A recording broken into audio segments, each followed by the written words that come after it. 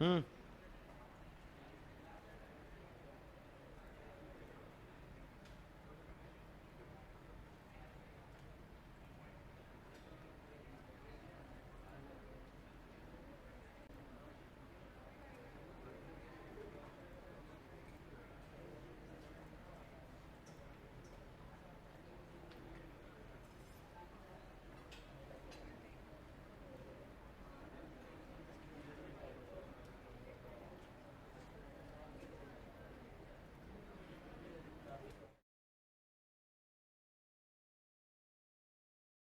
अ,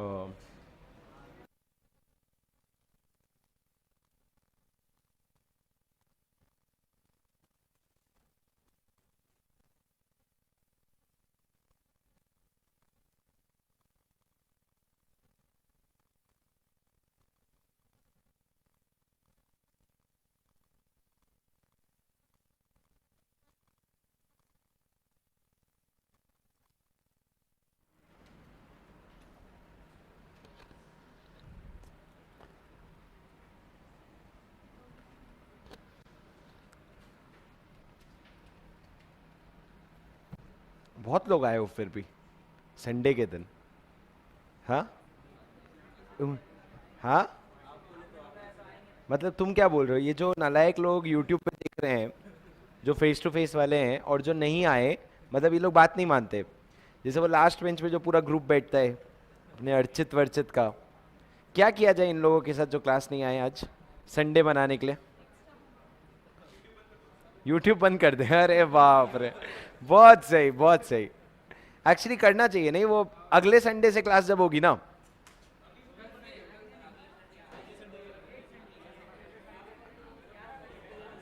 तो अगले संडे से जब क्लास होगी तब यूट्यूब बंद कर देंगे। अगले संडे रख दे यूट्यूब पे, क्योंकि हमें नहीं आने वाला है। हाँ। चलो sir. Yes guys, good morning to all of you. क्या हाल है आप लोगों के? क्या हाल है? अरे ऐसे गणपति बप्पा का सीजन चल रहा है, तुम सीजन नहीं मतलब गणपति बप्पा का त्योहार चल रहा है, तुम ऐसे ढीले ढाले आते हो, कोई मजा आती है क्या? तुम लोग घूमने घूमने गए पुणे में, किधर गणपति के उधर? अच्छा ये बताओ, अपना जो कमिंग फ्राइडे है जब विसर्जन है, उस समय किसको किसको चलना है गणपति?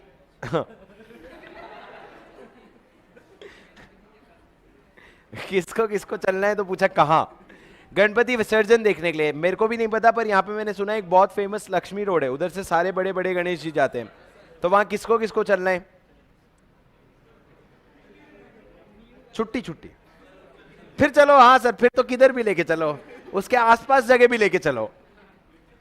चलो ठीक है, अपन कुछ प्लान करते हैं। अपन फ्राइडे को अपनी छुट्टी रहेगी ना, तो उस दिन अपन लोग सब मिलकर के कहीं चलेंगे। तुम लोगों के गाड़ी का व्यवस्था करना पड़ेगा। हाँ हाँ, गाड़ी नहीं मिलेगी, हाँ, चल के चलेंगे ना, क्या दिक्कत है? ठीक है। ओके गाइस, चलो क्लास शुरू करें कि और बातें करें? और बातें करते हैं, ठीक है। खाना वाना खाया? नहीं खाया? चलो आज मेरे तरफ से वड़ा पाव पार्टी। कौन कौन खाएगा? अब ये बताओ, कौन कौन रिवीजन ऑडियो सुन के आया है? कौन कौन होमवर्क करके आया है? हाँ, आज सारे हाथ उठे। चलो ठीक है, आज मेरे तरफ से तुम सबको, ताकि वो जो घर में बैठे उनको पता चलना चाहिए ना, तो चलो ठीक है। श्री आएगा तो बताना, ठीक है? हाँ भाई, धीरे धीरे, अभी वड़ा पाव, आगे चल के सैंडविच, लास्ट लास्ट में डोमिनोज, ऐसे धीरे धीरे, ठीक है? आराम से। चलो ओके गाइस, तुम लोगों का काम है, श्री आएगा तो मेरे को बताना, मेरा ध्यान पूरा क्लास पे रहेगा। तुम लोग आएंगे तो तुम तो रोक करके, सर रुको, होगा इंपॉर्टेंट प्रोविजन बाद में। श्री आ गया। चलो गाइस, ओके, इसको भेज दे क्या? Homework homework.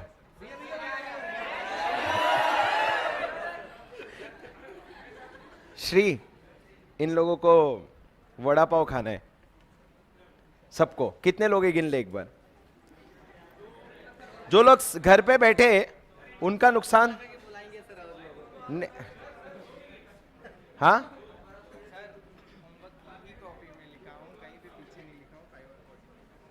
ठीक है, चलो बैठो। हाँ गिन ले एक बार, सबका एक एक, अमे का बस तू आधा ले आना, ठीक है, और बाकी सबका एक एक।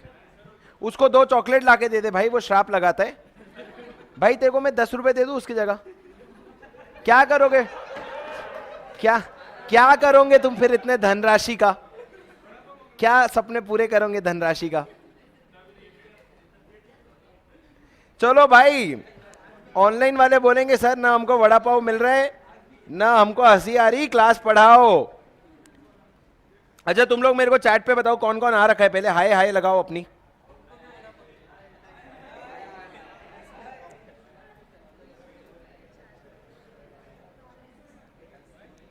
चलो गाइस, बोले कितने? उधर उसका जो एक बहुत अच्छा रहता है ना, वो किसका? हाँ हाँ, कितना? तेरे लिए भी लिया, मेरे लिए भी लिया। सुनो गाइस, गाइस गाइस, और दूं? सुनो सुनो सुनो, ये पहले आएगा वड़ा पाव, पर खाएंगे नहीं अभी, पहले करेंगे पढ़ाई। अरे क्या, वड़ा पाव पहले वड़ा पाव ऑर्डर करो, फिर उसका वेट करो, फिर खाओ, फिर चले जाओ। संडे का क्लास। हाँ हाँ, 12:45 तक बोल दे, ठीक है। अरे क्लास करने आए हो, खाते खाते ऐसे सर, हाँ बोलो ना, अच्छा लग रहा है, और थोड़ा बोलो ना, एक बार फिर से बताओ क्या हुआ। पहले क्लास करेंगे फिर खाएंगे, सुनो मेरी बात। क्या है, आधे लोग तो लंच नहीं करेंगे उसके बाद। चलो शुरू करें। सर पहले 3 चीजें, कौन सी 3 चीजें? पहले exemption, I will work hard to get exemption in law, I will give my 200% in this attempt. I will perform better than everyone else. Very good. Okay guys, चलो, कल अपन ने बहुत इंपॉर्टेंट सेक्शन पढ़ा था, सेक्शन 13 और section 12। मेरे को आपको सेक्शन 12 के नोट्स लिखवाने में, वो आपको लिखवाऊंगा, पर एक बार मैं आपको फिर से सेक्शन 13 का रिवीजन करवा देता हूं तुम लोगों को। नौशीन कैसे खिलाए तुमको? ऐसा वो वर्चुअल खिला सकते, ये लो वड़ा पाव खा लो, और क्या ही कर सकते बताओ। आ जाओ पुणे, कभी भी आ जाओ, तुम लोगों का वड़ा पाव मेरे पे रहा ड्यू, ठीक है। सुनो सुनो सुनो सुनो, मैंने क्या कहा? मैंने कहा कि आप लोगों को एक बार सेक्शन 13 और 12 का पूरा रिवीजन करवा देता हूं, एक बार पूरा ध्यान मेरे तरफ देना। एक बार बस इनको स्क्रीन दिख जाए ना तो मेरे को शांति पड़े। तुमको स्क्रीन दिख रही क्या मेरी? दिखे तो बताना। अरे ढंग से देखो, सुनो मेरी बात। सर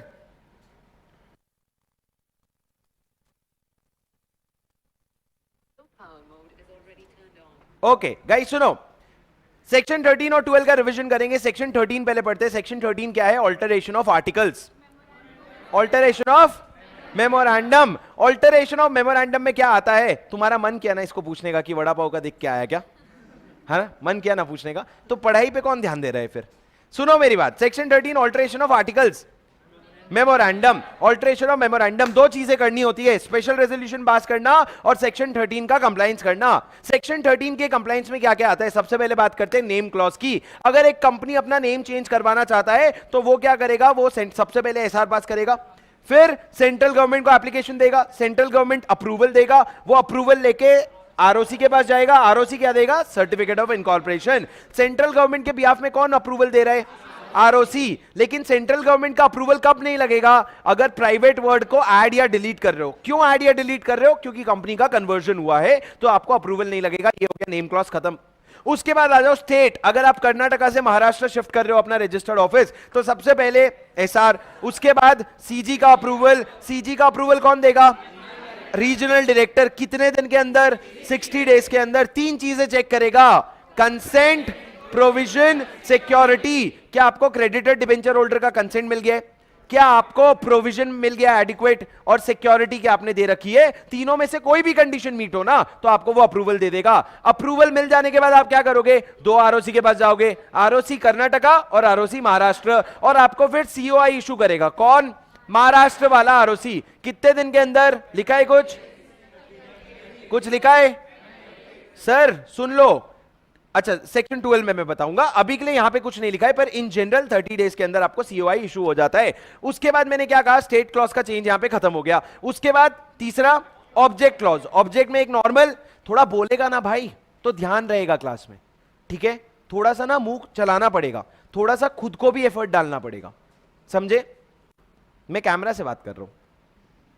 सुनो, मैंने क्या कहा, third object clause. Object clause में दो आता है, एक नॉर्मल ऑब्जेक्ट और एक एक्स्ट्राऑर्डिनरी। ये एग्जाम के वर्ड्स नहीं है, लॉ के वर्ड्स नहीं है, हमारे अंडरस्टैंडिंग के हमने बनाया है। नॉर्मल ऑब्जेक्ट्स में क्या होता है, अगर आप अपना ऑब्जेक्ट चेंज कर रहे हो तो आपको एसआर पास करना पड़ेगा और उसके बाद आरओसी को बताना पड़ेगा। आरओसी आपको क्या देगा?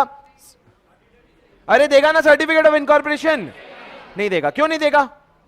क्योंकि नेम और स्टेट लिखा रहता है उसमें, ये नहीं लिखा रहता है। तो वो क्या करेगा, सिर्फ रजिस्टर कर लेगा चेंज, और वो आपको सीओआई नहीं देगा। जब उसने रजिस्टर कर लिया तब आपका इफेक्टिव हो जाएगा ऑब्जेक्ट क्लॉज का चेंज। एक्स्ट्रा ऑर्डिनरी प्रोविजन क्या था सर, अगर आपने पब्लिक से पैसा लिया और उसके बाद कुछ पैसा अभी अनयूटिलाइज है और आप ऑब्जेक्ट क्लॉज चेंज करने की बात कर रहे हो, तीन कंडीशन मीट होनी चाहिए। पब्लिक से पैसा लिया, वो पैसा अनयूटिलाइज्ड है और आप ऑब्जेक्ट क्लॉज चेंज करने की बात कर रहे हो, तो तीन चीजें करनी पड़ेगी। एसआर पास करो, एसआर के डिटेल्स चिल्ला के स्कीम सबको बता दो। कैसे बताओगे? न्यूज़पेपर और वेबसाइट में प्लेस करके। न्यूज़पेपर कितने? 3, 2। पहला इंग्लिश, दूसरा वर्नाक्युलर। वर्नाक्युलर किधर का? जिधर तुम्हारा रजिस्टर्ड ऑफिस सिचुएटेड है। उसके बाद तीसरा पॉइंट, डिसेंटिंग शेयर होल्डर को एग्जिट ऑफर दोगे। कौन देगा एग्जिट ऑफर? प्रमोटर्स और शेयर होल्डर्स इन कंसेंट। किसको दे रहे हो सर? डिसेंटिंग शेयर होल्डर को, नाराज फूफा, ठीक है? उसके बाद ये तीनों चीजें चेंज हो गई, उसके बाद आप अपना ऑब्जेक्ट क्लॉज चेंज कर सकते हो। ये लगभग आपका सेक्शन 13 हो गया मम। उसके बाद आ जाते हैं सेक्शन 12 पे। सेक्शन 12 क्या था sir? Registered office. Sir section, हाँ, रजिस्टर्ड ऑफिस। रजिस्टर्ड ऑफिस कितने दिन के अंदर बनाना पड़ता है? 30 डेज फ्रॉम इनकॉर्पोरेशन। जिस दिन कंपनी इनकॉर्पोरेट हुई है उसके 30 डेज के अंदर रजिस्टर्ड ऑफिस बनाओ, और उसको वेरीफाई भी कर लेना। वेरीफाई मतलब क्या? अगर मान लो मैंने बोला ये प्रेस्टीज पॉइंट मेरी ऑफिस है, मैं आरओसी को बोल रहा हूं प्रेस्टीज पॉइंट मेरी ऑफिस है, तो उसको थोड़ा बताना भी पड़ेगा ना। तो यहां का रेंटल अग्रीमेंट, यहां का इलेक्ट्रिसिटी बिल, ये सब कुछ भी अटैच करके दे दो आप आरओसी को। अब सर एक बहुत इंपॉर्टेंट पॉइंट अपन ने पढ़ा था, चेंज ऑफ रजिस्टर्ड ऑफिस, ठीक है? सबसे पहले लॉ ने एक पॉइंट बोला जो आप मेरे बात रिपीट करोगे, कि कभी भी तुम्हारा रजिस्टर्ड ऑफिस चेंज होता है ना, 30 डेज के अंदर आरओसी को इंटीमेट कर देना। कितने दिन के अंदर? 30 डेज के। हमको पता है एक जगह 60 डेज लिखा है, तो सर यहां 30 डेज लिखा है, एक जगह 60 डेज लिखा है, कौन सही कौन गलत? अच्छा सबसे पहले बताओ 60 डेज कहां लिखा है, वहां तक पहुंचते हैं पहले, फिर मैं लास्ट में एक क्वेश्चन पूछूंगा। रुक जाओ, मेरे को नहीं आता, मेरे को बताना। पहले 30 डेज के अंदर आरओसी को भेज देना, ये जनरल प्रोविजन है। अब हम स्पेसिफिक प्रोविजन पढ़ते हैं। मैं आपको बताता हूं एक चार्ट के फॉर्म में सेक्शन 12। सुनना, ध्यान से सुनना, ध्यान दीजिएगा। सुनो सर, अगर आप रजिस्टर्ड ऑफिस स्विच कर रहे हो, अगर आप रजिस्टर्ड ऑफिस चेंज कर रहे हो, सबसे पहला क्वेश्चन है क्या भाई स्टेट चेंज हो रहा है? मौला मेरे ले मेरी जान। भाई अब भी तो चल रहे, मैं लिखना शुरू करूं चलना बंद हो जा रहे।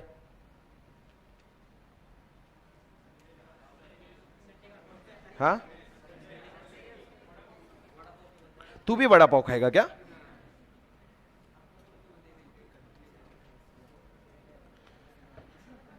ठीक है, मैं व्हाइट बोर्ड, मैं लिखेगा, तुमको दिखेगा। तुमको वो आता है पता है, एक बचपन में एक पेन आता था, लिख दो फिर लाइट मारो तो दिखता था। तुमने क्या क्या हरकतें की है ना वो पेन से।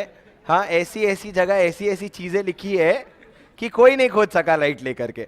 सुनो, तो अब वो अभी लाइट है मेरे इधर, ठीक है? तुम अपनी आंखों से वो लाइट मारो और देखो। सर अगर आपका रजिस्टर्ड ऑफिस स्विच हो रहा है from one place to another, the first question that you will always ask is क्या स्टेट चेंज हो रहा है? अगर स्टेट चेंज हो रहा है तो सेक्शन 12 आपसे नहीं बात करेगा, आपसे कौन बात करेगा? सेक्शन 13। वो हमने डिस्कस कर लिया। पर अगर स्टेट चेंज नहीं हो रहा है, स्टेट चेंज हो रहा था तो सेक्शन 13 बात करेगा, स्टेट चेंज नहीं हो रहा है तो उसके बाद आप क्वेश्चन पूछोगे जो शिफ्ट हो रहा है वो विद इन लोकल लिमिट्स है कि आउटसाइड लोकल लिमिट्स है। अगर विद इन लोकल लिमिट्स मतलब क्या, मान लो मैं थर्ड फ्लोर से सेकंड फ्लोर पे गया प्रेस्टीज पॉइंट के, तो ये विद इन लोकल लिमिट्स ही है, तो उसमें मेरे को बोर्ड का रेजोल्यूशन लगेगा, शेयर होल्डर का, ओआर शेयर होल्डर का नहीं, कुछ भी नहीं लगेगा। सीजी का अप्रूवल, जब शेयर होल्डर को ही नहीं परेशान कर रहे तो सीजी कहां से आएगा। ये कब हो गया, जब आपने विद इन स्टेट हो लेकिन विद इन लोकल लिमिट्स हो। पर अगर लोकल लिमिट्स के बाहर जा रहे हो तो एक और क्वेश्चन पूछोगे कि क्या आरओसी चेंज हो रहा है। मान लो अगर आरओसी चेंज नहीं हो रहा है, लोकल लिमिट्स के बाहर जा रहे हो लेकिन आरओसी चेंज नहीं हो रहा है, क्या बोर्ड रेजोल्यूशन लगेगा? हाँ। क्या एसआर लगेगा? हाँ। क्या सीजी का अप्रूवल लगेगा? नहीं। सीजी तभी परेशान करेगा जब तुम आरओसी चेंज कर रहे हो। तो अगर आप लोकल लिमिट्स के बाहर जा रहे हो और आपका आरओसी भी चेंज हो रहा है पर आप अभी भी सेम स्टेट के अंदर हो, एक ही स्टेट के अंदर हो, तो क्या बोर्ड रेजोल्यूशन लगेगा? हाँ। एसआर? हाँ। सीजी का अप्रूवल? हाँ। सीजी में कौन अप्रूवल देगा? Regional director. कितने दिन के अंदर अप्रूवल देगा? 30 डेज, नहीं 60 डेज ना, तो 60 किधर था? अच्छा, 30 डेज के अंदर रीजनल डायरेक्टर अप्रूवल देगा। जैसे ही 30 डेज के अंदर अप्रूवल आया, आप लेके जाओगे आरओसी के पास, कितने दिन के अंदर? 60 डेज। यहां एक बार रुक जाते हैं सर, यहां पे लिखा है आरओसी के पास 60 डेज में लेके जाना, ऊपर लिखा हुआ था कि कभी भी चेंज करोगे तो 30 डेज में लेके जाना, तो कौन सही कौन गलत? सर सुनो, लॉ में एक प्रोविजन है, एक होता है जनरल प्रोविजन, एक होता है स्पेसिफिक प्रोविजन। जनरल प्रोविजन मतलब क्या? कभी भी कुछ भी सिचुएशन चेंज होगा, कभी भी कुछ भी रजिस्टर्ड ऑफिस चेंज होगा, 30 दिन के अंदर चले जाना, ये क्या है? General provision. स्पेसिफिक प्रोविजन क्या है कि अगर तुम आउटसाइड द लोकल लिमिट जा रहे हो और आरओसी चेंज कर रहे हो तब आपको 60 दिन के अंदर आरओसी के पास जाना पड़ेगा। ये क्या हो गया? Specific provision. Sir specific provision always overrides general provision. अपने नोट्स के मार्जिन में ऊपर में कहीं पे लिख लो that specific provision always overrides general provision. Specific provision always overrides general provision.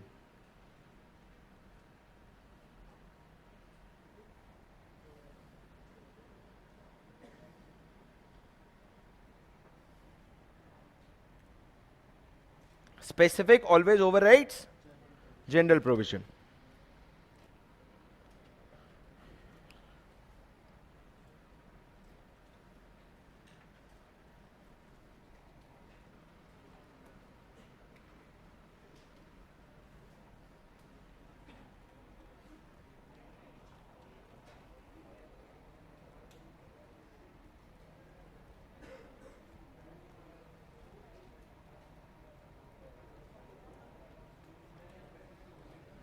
समझे सर? अब आया, अब सब लिख के हो गया तो ये स्क्रीन भी आ गया। तो मेरी बात समझे? सर मैंने क्या कहा, स्टेट चेंज हो रहा है कि नहीं हो रहा है, फिर लोकल लिमिट चेंज हो रहा है कि नहीं हो रहा है, तो यहां पे specific provision will override general provision. General provision कहता था 30 दिन के अंदर आरओसी के पास चले जाना, पर स्पेसिफिक प्रोविजन कहता है 60 दिन में जाना, तो आप 60 दिन में जाओगे क्योंकि this is a specific case. अब आप आरओसी के पास गए, आरओसी क्या देगा आपको? Certificate of incorporation. कितने दिन के अंदर? 30 डेज के अंदर। तो 30, 60, 30 में क्या करोगे आप? आरडी के पास, आरडी आपको अप्रूवल देगा, उसके 60 डेज के अंदर आप आरओसी के पास जाओगे और आरओसी आपको 30 डेज में अप्रूवल देगा। ये क्या था सर? रजिस्टर्ड ऑफिस का क्लॉज। अब मैं आपको थोड़ा आगे लेकर के चल रहा हूं एक और सेक्शन पे, और फिर उसके बाद अपन इसको लिखेंगे नोट्स में। प्लीज मेरे को आपका अटेंशन चाहिए। सर अभी तक हमने इतना डिस्कशन किया रजिस्टर्ड ऑफिस के बारे में, अब थोड़ा डिटेल में डिस्कशन करेंगे नेम क्लॉज के बारे में। सर नेम क्लॉज के बारे में हमने एक चीज पढ़ी थी अभी सेक्शन 13 में। क्या पढ़ा था सेक्शन 13 में नेम क्लॉज के बारे में? कि अगर नाम चेंज हो रहा है तो एसआर पास करना, आरओसी का अप्रूवल लेना, आरओसी को इंटीमेट करना और उससे क्या ले लेना? Certificate of incorporation. कहां लिखा था सर? सेक्शन 13 में। क्या हमने नेम चेंज के बारे में कुछ और पढ़ा है? मैं आपको याद अगर दिलाना चाहूं तो क्या आपने एक प्रोविजन पढ़ा है कि नाम आप अपना रिजर्व करवा सकते हो, जिसमें मैंने रन का फुल फॉर्म पूछा था, कुछ नालायक लोगों ने वो भी नहीं बताया। रन का फुल फॉर्म क्या होता है बेटा? Reserve unique name. और एक और फॉर्म क्या था? स्पाइस। स्पाइस का full form simplified proforma for incorporation of a company electronically. अब बोल लो फिर से, simplified proforma for incorporation of a company electronically, spice. तो सर ये दोनों फॉर्म देकर के आप नाम रिजर्व करवा सकते हो। अगर एग्जिस्टिंग कंपनी है तो नाम 20 दिन के लिए रिजर्व होगा, नई कंपनी है तो 60 दिन के लिए रिजर्व होगा। Same to you. क्या सर अगर उल्टा हो गया, नहीं किया गया है, हो गया सर। एग्जिस्टिंग कंपनी अगर है तो आपको कितने दिन के लिए मिलेगा? 60 डेज, और न्यू कंपनी है तो 20 डेज। अब मेरी बात सुनो सर, अगर आपने नाम रिजर्व करवाते वक्त फॉल्स इंफॉर्मेशन दिया है, क्या दिया है? फॉल्स इंफॉर्मेशन, तो या तो कंपनी इनकॉर्पोरेट हो गई है या नहीं हुई है। अगर कंपनी इनकॉर्पोरेट नहीं हुई है तो आपका रिजर्वेशन कैंसिल कर देंगे और आप पे पेनल्टी लगा देंगे अप टू 1 लाख। पर अगर आपकी कंपनी इनकॉर्पोरेट हो गई है तो रजिस्ट्रार 3 ऑर्डर पास कर सकता है। हाँ, पहला रजिस्ट्रार जो है वो आपका नाम चेंज करने का डायरेक्शन देगा। नाम चेंज कैसे करोगे आप? ओआर पास करके। कितने महीने के अंदर? 3 महीने के अंदर। और उसके बाद दूसरा, आपका नाम स्ट्राइक ऑफ हो सकता है रजिस्टर ऑफ कंपनी से। बेटा अगर नहीं याद आ रहा है किसी को, कोई बात नहीं, it is absolutely okay to forget. हमारा दिमाग फीफो बेसिस पे भूल जाता है चीजें। ये अच्छा नहीं है कि आप उसको याद करने की कोशिश नहीं कर रहे हैं वापस। नहीं याद आना इज एब्सोल्युटली फाइन। अगर मैं खुद भी लॉ नहीं पढ़ूंगा ना, 3 महीने बाद मैं पूरा साफ हो जाएगा। पर what is not okay is आप उस समय अगर आप बुक पलटा लो, एक बार देख लो क्या लिखा था ना, तो वो आपको दिमाग में भी आएगा और आपको याद भी रह जाएगा। पॉइंट इज याद करते जाओ, ये नहीं कि अरे मेरे को याद नहीं आ रहा है, क्या नालायक है मेरा दिमाग, अभी नहीं आया, याद आएगा उसको। तो एक बार उसको वापस से याद करो।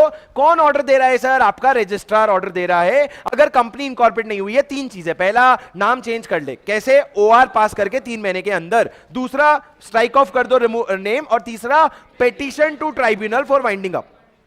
अब सर वहां पे भी ये कौन सा सेक्शन था सर? ओ मा गो, कौन सा सेक्शन था? Section 4 memorandum. 6 क्लॉज होते हैं। फिर नेम क्लॉज में IOU, आइडेंटिकल, ऑफेंस, अनडिजायरेबल। फिर उसके बाद हमने पढ़ा था बहुत सारे नेम्स जो हमने क्या लिखना है एग्जामिनर को, तू याद करके दिखा अगर क्वेश्चन में आ जाए तो। और उसके बाद हमने क्या पढ़ा था? Reservation of name. और लास्ट में ये प्रोविजन पढ़ा था, कहां पे? सेक्शन 4 में। तो क्या मैं ये बोल सकता हूं नेम क्लॉज के बारे में सेक्शन 13 ने तो बात की, सेक्शन 4 ने भी बात की थी। एक और सेक्शन है जो बोला मैं भी बोलूंगा, वो है सेक्शन 16। क्या हुआ सर? समझना सिंपल है, ठीक है। मैंने अपनी कंपनी का नाम प्रपोज किया, मैं रखूंगा रिलायंस लिमिटेड, ठीक है। और मैंने वो रिलायंस लिमिटेड रखूंगा करके मैंने मंगेश भाई को एप्लीकेशन दे दिया, आरओसी को एप्लीकेशन दे दिया। कब दिया सर मैंने एप्लीकेशन? संडे को, ठीक है। और वो हो रखे थे गुस्सा, बोले संडे को कोई काम करवाता क्या? बोले मैं नहीं चेक करूंगा। तो मैंने बोला नहीं सर, मेरे को आज ही अप्रूवल चाहिए। तो उसने ना ऐसे हल्के में संडे वाला काम करके ऐसे ही चेक करके मेरे को दे दिया अप्रूवल। बोले तू रिलायंस लिमिटेड का नाम का कंपनी खोल ले। क्या मैं खोल सकता था सर? नहीं। क्यों? रिलायंस नाम की कंपनी है। पर उन्होंने ध्यान नहीं दिया, ठीक है। तुमको हजम नहीं हो रहा होगा ध्यान कैसे नहीं दिया, पर मान लो रिलायंस की जगह कोई और अटपटा सा नाम था, ठीक है। अब सर उन्होंने अप्रूवल दे दिया मेरे को। अब अप्रूवल देने के बाद संडे को सो करके उठे, फिर मंडे को उनको याद आया अरे ये मैंने क्या कर दिया भाई, मैंने अप्रूवल दे दिया।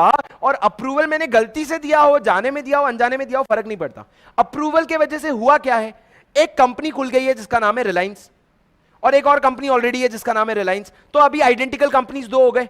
तो लॉ ने सेंट्रल गवर्नमेंट को पावर दिया है कि सेंट्रल गवर्नमेंट अगर तुम्हारे ओपिनियन में कोई ऐसी कंपनी है ना, जिसका कोई ऐसी कंपनी एग्जिस्ट करती है जिसका नाम किसी और कंपनी से मैच करता है, तो तुम ऑर्डर पास कर सकते हो कि भाई नाम चेंज कर। तो वो मेरे को ऑर्डर पास करेगा कि भैया नाम चेंज कर, और मेरे को नाम चेंज करना पड़ेगा कितने समय में? 3 महीने में। क्या पास करके? OR पास करके। ये similar to what we had studied in section 4। क्या कहा सर मैंने? अगर, अब इंग्लिश सुनना थोड़ा, इफ थ्रू इट इन एडवर्टेंस और अदरवाइज। सर अभी तक समझ आ रहा था, अब ऊपर से गया। क्या कहा मैंने? इफ थ्रू इन एडवर्टेंस और अदरवाइज। इन एडवर्टेंस मतलब क्या? मतलब या तो गलती से हुआ हो या गलती से नहीं हुआ हो, कोई फर्क नहीं पड़ता। अगर एक ऐसी कंपनी बन गई जिसका नाम किसी और कंपनी से मैच करता है और सेंट्रल गवर्नमेंट को लगा कि भाई ये तो गड़बड़ हो गया, तो सेंट्रल गवर्नमेंट ऑर्डर पास कर सकता है कि नाम चेंज करो। कैसे चेंज करोगे? 3 महीने के अंदर SR पास करके, OR पास करके। तो ये क्या हो गया आपका नेम चेंज। दूसरा एक और चीज हो सकता है सर, मान लो मैंने एक कंपनी बनाया टोमेटो लिमिटेड, टोमेटो लिमिटेड करके मैंने एक कंपनी बनाया, और टोमेटो लिमिटेड जैसे ही कंपनी मैंने बनाया उसके बाद नाराज हो गया एक कंपनी जिसका नाम है जोमैटो लिमिटेड। जोमैटो चला गया आरओसी के पास, और आरओसी को बोला भाई तूने टोमेटो नाम कैसे दिया? जोमैटो पे मेरा ट्रेडमार्क है। ट्रेडमार्क मतलब क्या? मेरा हक है। हक विद एच, ठीक है, मेरा हक है ट्रेडमार्क पे, तूने ट्रेडमार्क कैसे दिया किसी और को? तो आरओसी बोलेगा हाँ यार बात तो सही है, मेरे को तो नहीं देना चाहिए था। तो अगर हुआ क्या है इस केस में, इस केस में आरओसी के पास एप्लीकेशन आया, किसने एप्लीकेशन दिया? इस किसी ट्रेडमार्क के मैं दो वर्ड लिख रहा हूं ध्यान देना, किसी ट्रेडमार्क के रजिस्टर्ड प्रोप्राइटर ने, किसने? रजिस्टर्ड प्रोप्राइटर ने। मान लो अभी मेरे को एक कंपनी बनानी है द रैंकर्स वे, और मैं चाहता हूं द रैंकर्स वे कोई कॉपी ना करे, तो मैंने क्या किया, मैंने उसका ट्रेडमार्क ले लिया। मतलब अभी जो द रैंकर्स वे अगर कोई यूज कर रहा है ना, तो मैं किसी पे केस कर सकता हूं। तो मैं कौन हो गया? मैं उस ट्रेडमार्क का रजिस्टर्ड प्रोप्राइटर हो गया, मैं ओनर हो गया उस ट्रेडमार्क का। और अगर किसी ने द रैंकर वे नाम यूज कर लिया, तो मैं आरओसी के पास जाऊंगा और मैं आरओसी को कंप्लेन करूंगा, आरओसी तूने मेरा नाम दिया कैसे किसी और को? फिर आरओसी क्या करेगा? आरओसी वही करेगा जो हमेशा करता है, ऑर्डर पास करेगा कि भैया नाम चेंज कर ले। और कितने महीने के अंदर? क्या पास करके? सर सेक्शन 16 सिर्फ इतना सा है कि अगर सेक्शन 16 क्या कहते हैं, सिंपल इतना सा है कि अगर एक कंपनी है, उसका नाम किसी और कंपनी के नाम से मैच कर गया, वो गलती से हुआ हो जाने अनजाने में हुआ हो, हमको फर्क नहीं पड़ता, तो सेंट्रल गवर्नमेंट सुओ मोटू, मैंने किसी को कुछ नहीं बोला, मैं बोल रहा हूं सुओ मोटू। सुओ मोटू मतलब क्या?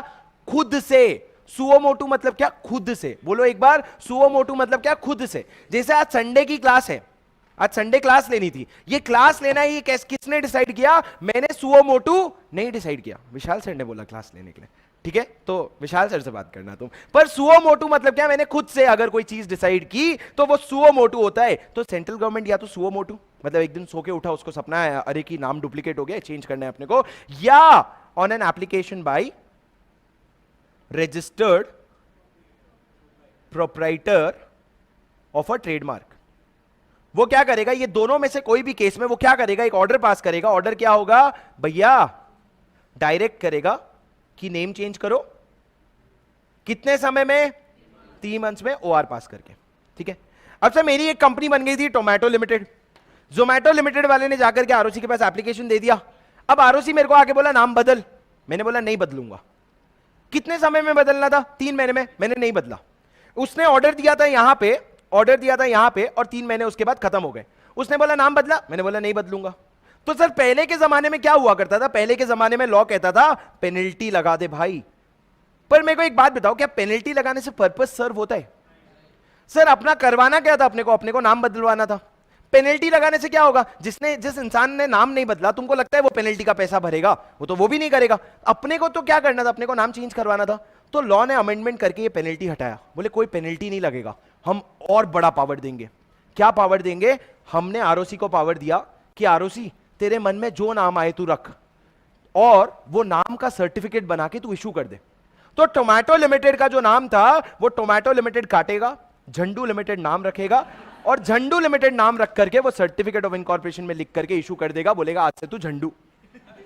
भाई तुम कुछ नहीं कर सकते, तुमको हमने 3 महीना दिया था ना नाम बदलने के लिए, तुमने बदला नहीं। हमने पेनल्टी हटाया और हमने पावर ले लिया कि हम तुम्हारा नाम बदल देंगे, जो नाम मर्जी वो रखेंगे, और उसके बाद हम तुमको एक fresh certificate of incorporation issue कर देंगे। अब सर मेरे कंपनी का नाम पड़ गया टोमेटो से झंडू लिमिटेड, अब मैं उसको बदल सकता हूं क्या? लॉ कहता है अब तू बदले, अब तेरी अक्ल ठिकाने। पहले हमने तेरे को 3 महीना दिया था, ओआर पास करके चेंज कर ले बोला था, तब तेरे को समझ नहीं आया। अब तू क्या करेगा? अब तू सेक्शन 13 में जाना। कहां? सेक्शन 13, एसआर पास करना, रजिस्ट्रार को एप्लीकेशन देना, उसका अप्रूवल लेना, फिर रजिस्ट्रार को एप्लीकेशन देके वापस नाम बदल सकता है। पर तेरे को 3 महीने में शांति से चेंज करने बोला था ना, तूने किया क्या? नहीं, अब भुगत। तो सर हुआ क्या? सिंपल हुआ क्या? सिंपल, ध्यान दो, इधर ध्यान दो सर, ध्यान। अगर आपका नाम किसी और के नाम से आइडेंटिकल हो गया, तो आपका नाम बदलने का ऑर्डर कौन देगा? Central government. सेंट्रल गवर्नमेंट क्यों ऐसा ऑर्डर देगा? या तो उसको सपना आया, सो के उठा सुओ मोटू, और उसको लगा यार in my opinion this is identical, I will change it, तो वो तब भी ऑर्डर दे सकता है। या फिर उसको एप्लीकेशन दिया, किसने एप्लीकेशन दिया? Registered proprietor of a trademark. दोनों केस में वो क्या करेगा? क्या करेगा? ऑर्डर देगा कि तुमको अपना नाम चेंज करना है। चेंज कितने महीने में करना होगा? 3 महीने के अंदर। क्या पास करके? ओआर पास करके, ठीक है। पर अगर तुमने नाम चेंज नहीं किया तो सेंट्रल गवर्नमेंट क्या कर सकता है? सेंट्रल गवर्नमेंट मतलब आरओसी क्या कर सकता है? वो आपका नाम खुद से बदल देगा, झंडू लिमिटेड, और आपको इशू कर देगा फ्रेश सर्टिफिकेट ऑफ इनकॉर्पोरेशन। अब से आप क्या? झंडू। उसके बाद क्या आप नेम चेंज करवा सकते हो? बिल्कुल करवा सकते हो, उसमें कोई प्रोहिबिशन नहीं है। अब लेकिन तुम चेंज करवाओगे, तुमको पास करना पड़ेगा एसआर, और फिर तुमको सेक्शन 13 का कंप्लायंस करना पड़ेगा। बात सिंपल सी हो गई सर। ये क्या था? ये क्या था? सेक्शन 16। मैं तुम लोगों के लिए एक और चीज करने वाला हूं। तुम लोगों को सेक्शंस याद करवाने के लिए जैसे ही अपना एक एक चैप्टर खत्म होगा, मैं आपको चैप्टर के सिर्फ सेक्शन के नाम का एक ऑडियो बना के दूंगा। जैसे क्या? Section 3 formation of a company, section 3A members to be severally liable, और मतलब सिर्फ इतना सा नहीं, मैं थोड़ा सा और आपको एडिशनल भी बता दूंगा, जैसे कि members to be severally liable and can be severally sued. ये भले लॉ का पूरा एग्जैक्ट नाम नहीं है, बट इससे थोड़ा आपको कॉन्टेक्स्ट मिलता है। तो ऐसा एक पूरा ऑडियो बना करके सेक्शन 3 से सेक्शन 22 का आपको मिलेगा, जो आपके चैप्टर 2 का होगा, फिर 23 से आगे का मिलेगा। तो उससे क्या होगा? देखो दोस्त, एक चीज मेरे से मानोगे सर, सेक्शंस याद करने का एक ही तरीका है। क्या तरीका? रेपिटेशन। जितना, ऐसा नहीं हो सकता कि आज तुमने ऐसा तरीका निकाला, सेक्शन याद किया कि तुम जाकर के एग्जाम में लिख के आ रहे हो। अगर ऐसा तरीका है भी ना, मेरी एक बात ध्यान से सुनोगे। मान लो मैंने सेक्शन 3 से 22 का तुमको गाना बना के दे दिया गाना, तुम बोले 3 से ये, 4 से ये, 5 से ये। तुम्हारे एग्जाम में क्वेश्चन आया किसका? रजिस्टर्ड ऑफिस का। तुम पहले क्या एफर्ट डाल रहे हो? 3 में क्या था वे? हाँ 4, फिर 5, फिर तुम पहुंचे 12 में, तुमको पता चला हाँ 12 रजिस्टर्ड ऑफिस है। ये तुम्हारा पहला फाइट था। तुमको याद आया सेक्शन 12 में कुछ तो भी लिखा है। तुम्हारा दूसरा फाइट क्या है? सेक्शन 12 में लिखा क्या था अंदर का? तो भाई इतना फाइट अगर करोगे ना, 40 मार्क का पेपर लिख के आओगे। कितने मार्क्स के पेपर हैं? 100 मार्क्स। कितने घंटे मिलते? 3 घंटे में। उसमें तुम ये सारी मस्ती नहीं कर सकते। यही होता है। उसके बाद तुम क्या, कैसे लिखूं मैं आंसर? वो आईसीआई मॉड्यूल में तो पूरा पैराग्राफ दे रखा था, मैं पैराग्राफ तो मेरे को याद नहीं, क्या लैंग्वेज लिखूं मैं? तो ये सारी चीजें यहीं पे क्रैक हो जाती है। आपको क्या करना पड़ेगा? At the end of this batch you should be capable of remembering section 1 से 148 इन योर फिंगर टिप्स। मतलब सेक्शन 1 ये था, 2 ये था, 3 ये था। I tell you legit what used to happen inter में और फाइनल में। हम लोग अपने दोस्त के साथ, मतलब अब तुम बोल सकते हो कि मैं नर्ड हूं, पर पढ़ाई तो करना ही पड़ता है भाई। जब पढ़ने का समय हो पढ़ाई करो, जब मस्ती है मस्ती करो, तो पढ़ना तो पड़ता ही है। When I during the preparation leave, जब मैं और मेरे दोस्त अगर कुछ बाहर खरीदने जाते थे घर के लिए ग्रोसरीज, तो रास्ते में हम सेक्शंस रिवाइज करते थे, फिर गाली भी देते थे। क्या हो गया है भाई हम लोगों को? क्या बातें करते थे हम, वो देख कितनी मस्त है। और अब हम क्या बातें कर रहे हैं कि भाई सेक्शन 3 बता। तो होता है। तो ये तुमको करना पड़ेगा, पर it will happen over a period of time. तो अभी आपको सेक्शन जितने क्लास में याद हो रहे हैं मेरे साथ याद करो। उसके बाद अपन पूरे चैप्टर का रिवीजन लेंगे, तब भी आपको सेक्शंस याद होंगे। रिवीजन ऑडियो सुनेंगे, तब भी आपको सेक्शंस याद होंगे। पर करना पड़ेगा दोस्त। मैं क्या कर सकता हूं? आपको रिवीजन ऑडियो बना के भेज सकता हूं। फिर तुम बोलोगे सर फोन दो, टेलीग्राम लॉगिन करके दो, ईयरफोन लगा के दो, कान में लगाओ और फिर सुनेंगे हम। तो फिर भाई मिलते हैं, फिर अगले अटेम्प्ट में बात करते हैं रिपीटर्स बैच के लिए। नालायक हो। सुनो मेरी बात। सर सेक्शन 3 क्या है? सेक्शन 3A, सेक्शन 3 है formation of a company, section 3A है members to be severally liable, section 4, section 5, section 13 alteration of memorandum, section 14 alteration of articles, section 7 incorporation of a company, section 246 for holding company, section 285 small company, 1 person company 262। मतलब लोग सोचने के लिए इतना time लगा रहे हैं, बोले मैं आराम से सेक्शन 2 बोलूंगा तब तक मेरे दिमाग में आगे का क्लॉज भी आ जाएगा शायद। 1 पर्सन कंपनी 262, एसोसिएट कंपनी 26 और सब्सिडरी कंपनी 287। सेकेंड बेंच, आप जो राइट साइड में खड़े हो जाओ। हाँ, सब्सिडरी कंपनी का डेफिनेशन बताओ। आराम से अपना टाइम लो, कोई प्रेशर नहीं है, बस मेरे को रॉ लैंग्वेज में बता दो। कोई लॉ की लैंग्वेज नहीं चाहिए, रॉ लैंग्वेज चाहिए। हाँ, सब्सिडरी कंपनी, अच्छा मैं वहीं रहता हूँ, ठीक है। हाँ बोल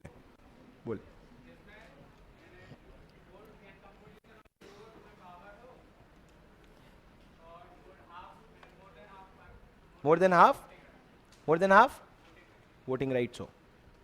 पहला वाला क्या बोला? कॉम्पोजिशन ऑफ बोर्ड में पावर हो। इसका मतलब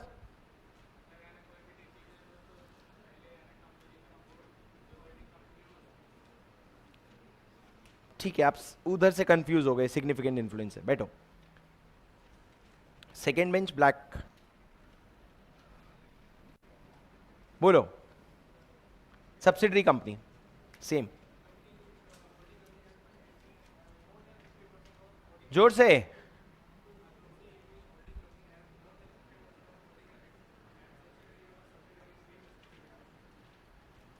थोड़ा ज्यादा छोटा कर दिया। वो दूसरा वाला पार्ट मैंने 2 पार्ट में डिवाइड करवाया था। पहला, चलो सब बोलो, सब्सिडरी कंपनी। पहला, कंट्रोल्स कॉम्पोजिशन ऑफ बोर्ड। दूसरा, more than half of voting power is exercise. Controls composition of board मतलब क्या? पावर टू अपॉइंट और रिमूव मेजॉरिटी और all of the managers, directors. ठीक है सर, सब्सिडरी कंपनी के definition में थोड़ा सा आगे बढ़ते हैं, उसके पहले एक बार गुरनीत खड़े हो जाओ। सेक्शन 16 क्या है? कोई नहीं बोलेगा। क्या नेम क्लॉज?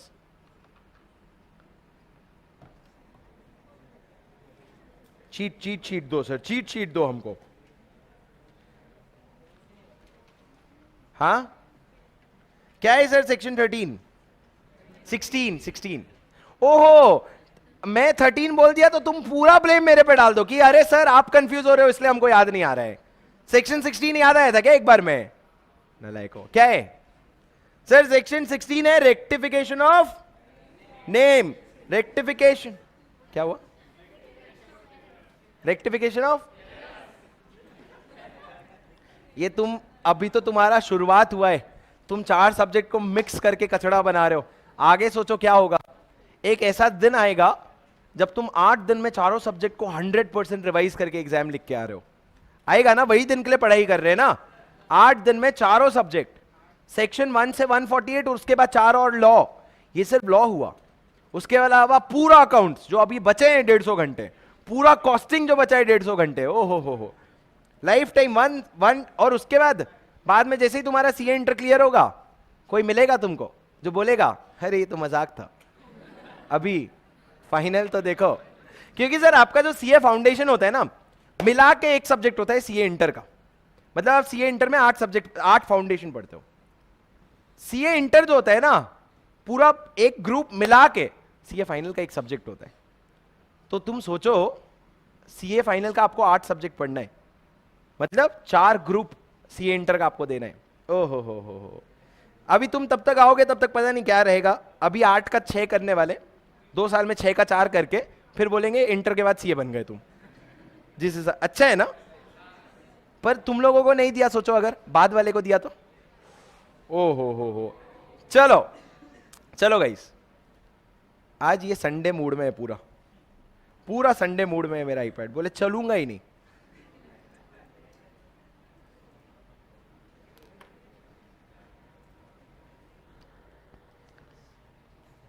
ओके गाइस, वो चार्जर लेने गए? क्या लेने गए?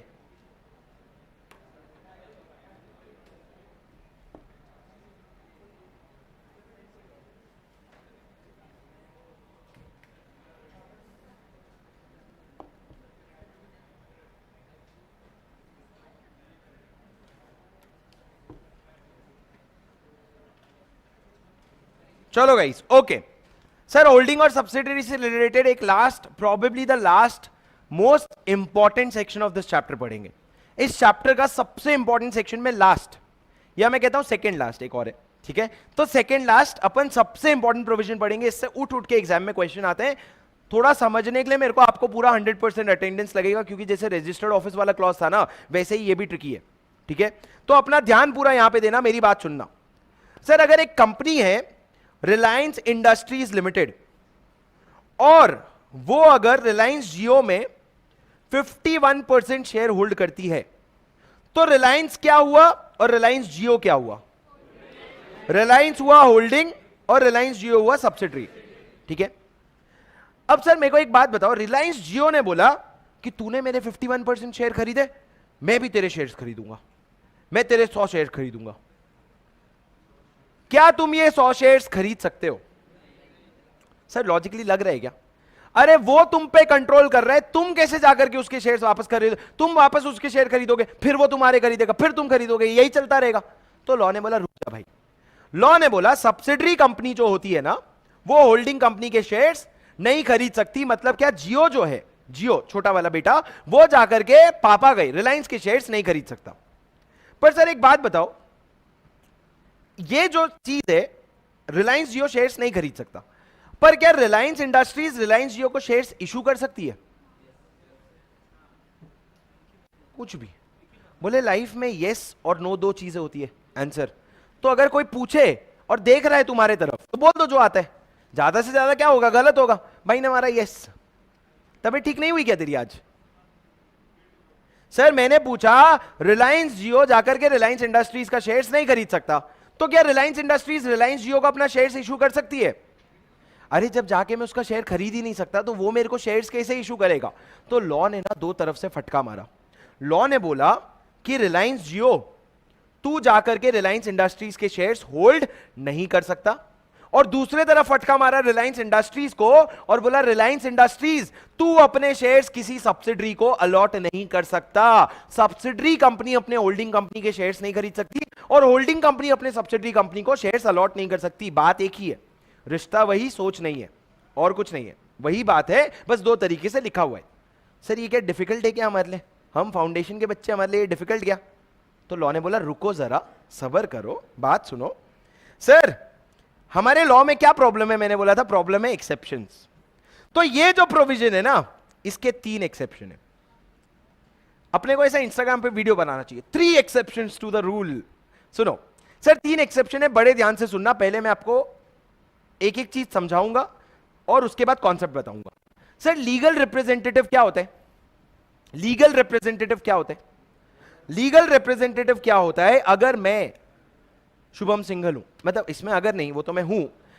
शुभम सिंघल ने एक बनाया विल। विल मतलब क्या? एक डॉक्यूमेंट जिसमें मैंने लिखा कि मेरे डेथ की बात, जो मेरी 100 करोड़ की प्रॉपर्टी है, 10 करोड़ की गाड़ी है, 3-4 वाइफ्स नहीं होते, वाइफ्स नहीं होते इसमें, विल्स में वाइफ्स नहीं आते भाई। नहीं, मेरे जो 100 करोड़ की प्रॉपर्टी है, 10 करोड़ की गाड़ी है, और जो बंगले वंगले हैं जितने भी, जो मेरी प्रॉपर्टी है, वो मैंने अपने विल पे लिखा कि वो हो जाएगा छोटे सिंघल के नाम, और मैंने लिख दिया कौन छोटा सिंघल होगा उसके नाम पे मेरी प्रॉपर्टी हो जाएगी। तो ये छोटा सिंघल कौन हो गया? ये हो गया लीगल रिप्रेजेंटेटिव। मतलब शुभम सिंघल की डेथ जब होगी तो उसकी जितनी भी प्रॉपर्टी होगी वो जिसके भी नाम पे जाए, वो कोई भी हो, मैंने लिखा अमेय के नाम पे, मैंने बोला अमेय के नाम पे, तो अमेय क्या हो गया? लीगल रिप्रेजेंटेटिव हो गया। जरूरी नहीं कि आप अपने बच्चों के नाम पे या किसी के नाम पे लिखो, तुम किसी के भी नाम पे भी लिख सकते हो। बोले देना ही नहीं है बच्चे को, नालायक 1 नंबर का, किसी और को दे दो, तो तुम किसी के नाम पे भी लिख लो। ये कौन हो गया? Legal representative. अब सर एक बंदा है, उसका नाम है आकाश, पूरा नाम है आकाश अंबानी। आकाश अंबानी ने अपना विल बनाया। उसके विल में क्या लिखा हुआ है? उसके विल में लिखा है पापा के जितने भी पैसे मेरे नाम के हैं उसका क्या होगा। उसने अपने विल पे लिखा उसकी सारी जायदाद जो है ना वो रिलायंस जियो के नाम पे चली जाएगी। किसके नाम पे? जियो के नाम पे। जियो कौन है सर? रिलायंस का सब्सिडरी है। अब मुकेश अंबानी के ना पास रिलायंस के 1000 शेयर्स थे, आकाश अंबानी के पास। हाँ वो उस पर ध्यान दो, तुम उस पर ध्यान दो, और तो चीजें ध्यान देने की थोड़ी है। 1000 शेयर्स किसके हैं? रिलायंस इंडस्ट्रीज के हैं। किसके पास? आकाश अंबानी के पास। अब उसकी डेथ हुई आकाश अंबानी की, तो वो शेयर्स किसके पास जाएंगे? रिलायंस जियो के पास। पर तुमने बोला नहीं नहीं नहीं, क्यों? क्योंकि रिलायंस जियो शेयर होल्डर बन जाएगा और वो सब्सिडरी है, तो सब्सिडरी तो शेयर्स होल्ड ही नहीं कर सकती ना, करेक्ट? तो सर लॉ ने बोला एक्सेप्शन, इस केस में होल्ड कर सकती है। क्यों? बोले माय लाइफ माय रूल्स। तो सर यहां पे पहले एक्सेप्शन में आया कि अगर आप लीगल रिप्रेजेंटेटिव हो तो आप क्या कर सकते हो? आप शेयर्स होल्ड कर सकते हो अपने होल्डिंग कंपनी के। आपको समझा रिलायंस जियो कैसे शेयर्स होल्ड कर रहे हैं? किसी ने रिलायंस के नाम पे जबरदस्ती लिख दिया जियो के नाम पे, तो उसमें रिलायंस के भी शेयर्स आ गए, तो मैं क्या करूं? मेरे पास है तो है।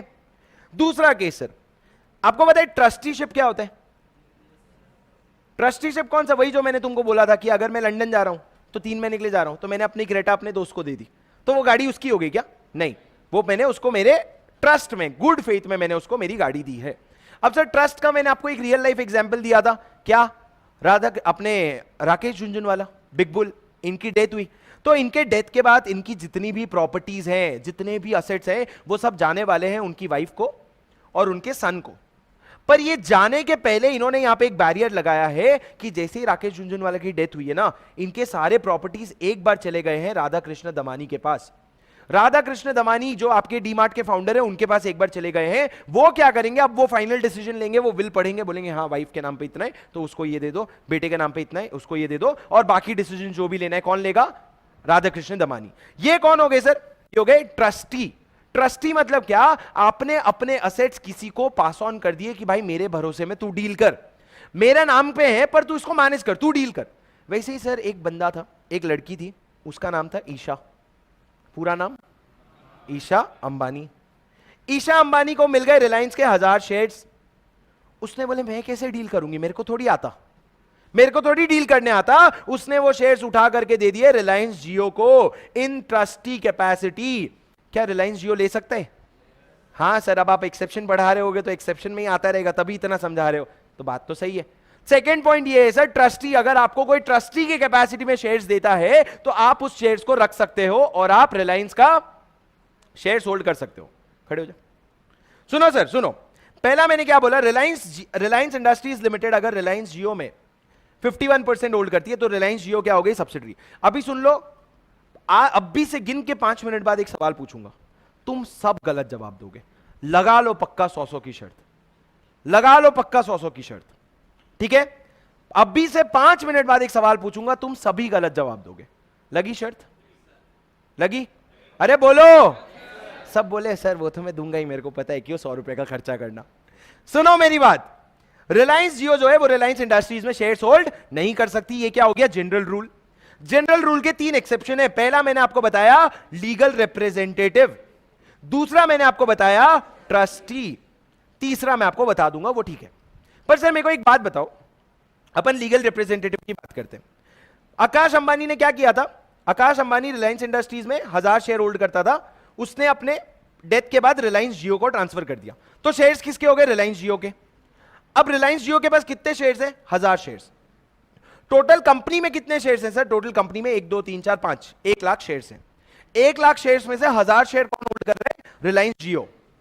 सर अभी ये कंपनी अगर अपना जनरल मीटिंग बुलाएगी, जनरल मीटिंग मतलब क्या सर, जनरल मीटिंग मतलब वो मीटिंग जहां पे शेयर होल्डर्स इकट्ठा होते हैं और डिसीजन लेते हैं। तो सर जब जनरल मीटिंग बुलाया जाएगा तो क्या रिलायंस जियो जाएगा? अरे सर रिलायंस जियो कोई इंसान थोड़ी है कि मीटिंग में जा रहा है सूटकेस पैक करके।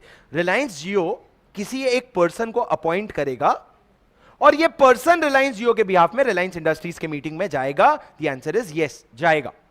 अब सर मीटिंग में जाएगा, क्या उसको राइट टू वोट मिलेगा? राइट टू वोट मतलब क्या, मान लो 1 लाख शेयर होल्डर तुम हो, उसमें एक कोने में रिलायंस जियो का एक बंदा आकर के बैठा है, वो बोले मैं जो भी बोलूंगा मैं रिलायंस जियो के बिहाफ में बोल रहा हूं। अब जब मैं पूछूंगा कि कौन कौन इस रेजोल्यूशन, कौन कौन इस बात के लिए अग्री करता है, तो तुम लोग सब वोट करोगे हाँ कि नहीं? क्या वो भी वोट करेगा? अरे सर उसको उधार का शेयर्स मिला है, क्या वो भी वोट करेगा? अभी नहीं बोल दिया, पहले हाँ बोल रहे थे, मैंने बोला उधार का शेयर्स तो नहीं बोल दिया। अरे सर देखो शेयर्स तो मिले, आकाश अंबानी की इच्छा थी शेयर्स कौन होल्ड करे, रिलायंस जियो। तो अभी शेयर्स मिल गए तो वो नॉर्मल मेंबर है, तो मेंबर है तो मीटिंग में अटेंड भी करेगा, खाएगा, नाश्ता भी करेगा और वोट भी करेगा। कोई पाप थोड़ी किया है भाई, उसको तो लीगली मिला है, तो वो मीटिंग में राइट टू वोट उसका है। The answer is yes. कभी भी कंफ्यूज मत होना, वो चाहे लीगल रिप्रेजेंटेटिव हो या कोई भी कैपेसिटी में अगर वो होल्ड कर रहा है उसके पास राइट टू वोट रहेगा। याद हुआ सर, राइट टू वोट रहेगा। अब सर थर्ड पॉइंट मैं आपको बताता हूं, हुआ क्या था समझना। रिलायंस इंडस्ट्रीज में ना एक कंपनी थी ABC Meta limited. ABC Meta limited करके एक कंपनी थी सर, वो मस्त कंपनी थी एकदम, ऐसा यूनिवर्स वगैरह सब ऑनलाइन वगैरह बना रही थी वर्चुअल। अभी मैं तुमको मेटावर्स में नहीं घुसाऊंगा, तुम समझो मस्त ऐसा ऑनलाइन कुछ तो भी बना रही थी। ये जो कंपनी है ना, ये रिलायंस के 100 शेयर्स होल्ड करती थी as an investment, as an investment. क्या सर रिलायंस सब्सिडरी हो गई या होल्डिंग हो गई? कुछ होल्डिंग सब्सिडरी का रिलेशन बनाए? नहीं, दोनों एक दूसरे से अलग हैं। बस ये मेटावर्स ने क्या कर रखा है, इसने रिलायंस में इन्वेस्टमेंट कर रखा है 1000 शेयर्स का। बोले हम थोड़ा सा रिलायंस का शेयर्स लेके रखते हैं। उसके बाद देखते देखते रिलायंस को पता चला इस कंपनी के बारे में और बोले क्या सॉलिड कंपनी है भाई, अपने को चाहिए वो कंपनी, और उन्होंने उस पर 75% शेयर्स खरीद लिया। खरीद सकती है सर? अरे कैसे खरीदेगी, सब्सिडरी होल्डिंग का शेयर्स नहीं खरीद सकती ना। तुम पागल हो गए हो क्या? कौन बोलता है सब्सिडरी होल्डिंग का नहीं खरीद सकती इसलिए तो ये वाला शेयर 75% शेयर नहीं खरीद सकते? कोई है जो ये बोलता है क्योंकि सब्सिडरी होल्डिंग के शेयर्स नहीं खरीद सकती इसलिए ये वाला ट्रांजैक्शन नहीं हो सकता? अरे फील फ्री। ठीक है, ट्रैप था, ट्रैप। सुनो, तो सर एबीसी लिमिटेड और रिलायंस के बीच में पहले कोई रिश्ता नहीं था, सिर्फ इतना सा रिश्ता था, आप 1000 शेयर होल्ड करते हो, 1000 शेयर आप समझ लो चिंदी भर के शेयर हैं, थोड़े से। अब रिलायंस ने क्या किया, इस कंपनी में मेटा में 75% शेयर्स अक्वायर करके उसको क्या बना लिया, अपना सब्सिडरी। अब सर सब्सिडरी बना लिया, पर यह 1000 शेयर्स का क्या होगा? 1000 शेयर्स का क्या होगा? ये सर 1000 शेयर्स ये तीसरे वाले एक्सेप्शन में फॉल करेंगे कि आप सब्सिडरी बनने के पहले अगर शेयर्स होल्ड करते थे तो वो शेयर्स आप रख सकते हो, कोई टेंशन नहीं है। सब्सिडरी बनने के पहले आप शेयर्स रख, क्या बोला सर मैंने? अगर सब्सिडरी बनने के पहले कुछ आप शेयर्स होल्ड करते थे, बाद में आप सब्सिडरी बन गए तो आप बिल्कुल होल्ड कर सकते हो, कोई प्रॉब्लम नहीं है। और सर अभी जब रिलायंस का जनरल मीटिंग होगा, सिंपल क्वेश्चन है, रिलायंस का जब जनरल मीटिंग होगा तो एबीसी का एक रिप्रेजेंटेटिव आएगा और उसका राइट टू वोट होगा कि नहीं होगा? Right to vote, right to vote, right to vote. एक क्वेश्चन, 100 रुपए की शर्त, right to vote, last chance answer बदलने का, राइट टू वोट। खबर अब कहां करता हूं तुम समझ भी नहीं सकते, आंसर है नो, राइट टू वोट नहीं होगा। हार गए? तुम ब्लफ खेले हो कभी पोकर में? पोकर खेले हो कभी? ठीक है, तुम वो खेलो बचपन में अपन करते थे ऐसे हाइड एंड सीक के लिए, तो उसमें तुमको क्या समझने वाला होता है कि सामने वाला क्या खोलने वाला है, राइट? कि मैं ऐसे करूंगा, सामने वाला क्या कर रहा है उस पर डिपेंड करता है। तुम सोचते हो सामने वाला 2 कदम आगे चल रहा है कि 3 कदम आगे चल रहा है। सुनो मेरी बात, सर यहां पे राइट टू वोट आपके पास नहीं होगा। कितने एक्सेप्शन है, मैं आपको लॉजिक बता रहा हूं, पर मेरी बात सुनो पहले। पहले कॉन्सेप्ट समझो, फिर मैं आपको लॉजिक बता रहा हूं। पहले समझो, सबसे पहले हमने बोला सब्सिडरी जो है होल्डिंग कंपनी के शेयर्स होल्ड नहीं कर सकती। 3 एक्सेप्शन है उसके, पहला लीगल रिप्रेजेंटेटिव, दूसरा ट्रस्टी, तीसरा अगर तुम सब्सिडरी बनने के पहले शेयर होल्डर बन गए थे। अब सर समझना क्यों आप पावर एक्सरसाइज नहीं कर सकते, बहुत लॉजिकल है। पहले समझो लीगल रिप्रेजेंटेटिव का केस, उसमें आकाश अंबानी शेयर होल्डर था, आकाश अंबानी शेयर होल्डर था। तो अभी आकाश अंबानी अगर जिंदा होता तो क्या वो मीटिंग में वोट करता? हाँ करता। अभी उसने अपने शेयर्स रिलायंस जियो को दे दिए, तो रिलायंस जियो प्रॉपर शेयर होल्डर है, वो भी जाके वोट करेगा। ट्रस्टी के केस में अगर ईशा अंबानी है, वो तो जिंदा है ही, तो ईशा अंबानी अगर अपने शेयर्स होल्ड करती, खुद जाती मीटिंग में, तो वोट करती क्या? वोट करती। अब उसने शेयर्स रिलायंस जियो को दे दिया, तो जियो जाएगा तो भी जियो वोट करेगा। पर सर यहां पे आप आकाश अंबानी और ईशा अंबानी को मना कर सकते थे क्या? क्या आप आकाश अंबानी और ईशा अंबानी पे कोई भी पावर रखते थे मना करने का कि नहीं भैया तुम वोट नहीं करोगे?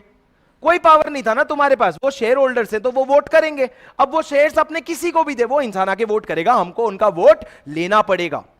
पर सर थर्ड केस में क्या हो रहा है, आप पहले शेयर होल्डर थे, मतलब पहले आप अपने पे थे, अब तुम बन गए हो क्या? सब्सिडरी। तुम सब्सिडरी बन गए हो, मतलब मैं तुम पे अपनी बात चला सकता हूं, और अगर मैं अपनी बात चला सकता हूं ना, तो मैं किसका शेयर्स कैंसिल करने को बोल रहा हूं? तुमको तुम्हारा शेयर्स कैंसिल करने को बोल रहा हूं। तुमको मैं आकाश अंबानी का शेयर्स नहीं बोल रहा हूं, तुमको मैं ईशा अंबानी का नहीं बोल रहा हूं, मैं तुमको तुम्हारे शेयर्स पे वोटिंग राइट्स मत एक्सरसाइज करो। क्योंकि एक सिंपल सी बात है ना मालिक, सिंपल सी बात समझो, ये जो लीगल रिप्रेजेंटेटिव वोट करेगा, वो क्या वोट करेगा? जो आकाश अंबानी चाहता था। ये जो ट्रस्टी वोट करेगा, ये क्या वोट करेगा? जो ईशा अंबानी चाहती थी। पर ये जो मेरी सब्सिडरी बन गई एबीसी लिमिटेड, ये क्या वोट करेगी? ये वो वोट करेगी जो रिलायंस चाहता था। क्यों? क्योंकि रिलायंस उसमें शेयर होल्डर है, 75% शेयर रिलायंस होल्ड कर रहे हैं, तो रिलायंस अपने ही जनरल मीटिंग में अपना ही वोट करवा रहे हैं। ये तो वही बात हो गई, तुम अपने मीटिंग में खुद ही शेयर होल्डर बन के खुद ही वोट करके डिसीजन ले रहे हो। तो लॉ ने बोला यहां पे राइट टू वोट नहीं मिलेगा। तू शेयर होल्ड करता था, कर ले, हम तेरे को एहसान का रखने दे रहे हैं, बट तेरे को राइट टू वोट नहीं मिलेगा। सर एक बार बताओ किसको किसको लॉजिक नहीं समझा? बिल्कुल कोई टेंशन नहीं है, मैं फिर से समझाने ही वाला हूं। हाँ ठीक है, और अरे बिल्कुल, तुम हाथ नहीं उठाओगे तो मेरे को लगेगा सबको समझ आ गया। बोल। हाँ हाँ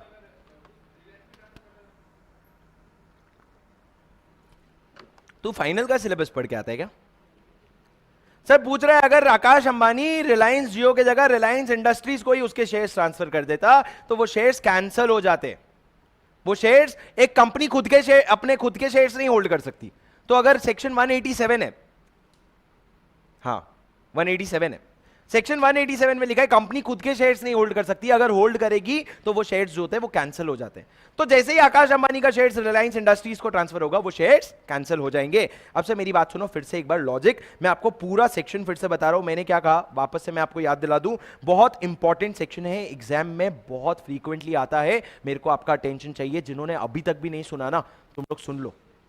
सर सुनो, जनरल रूल क्या है, एक काम करो, सब लोग अपनी आंखें बंद करो, और मैं जो बोल रहा हूं एक बार दिमाग में लिख के देखना, सब अपनी आंखें बंद करो, सब अपनी आंखें बंद करो, और खबरदार कोई आंखें नहीं खोलाना।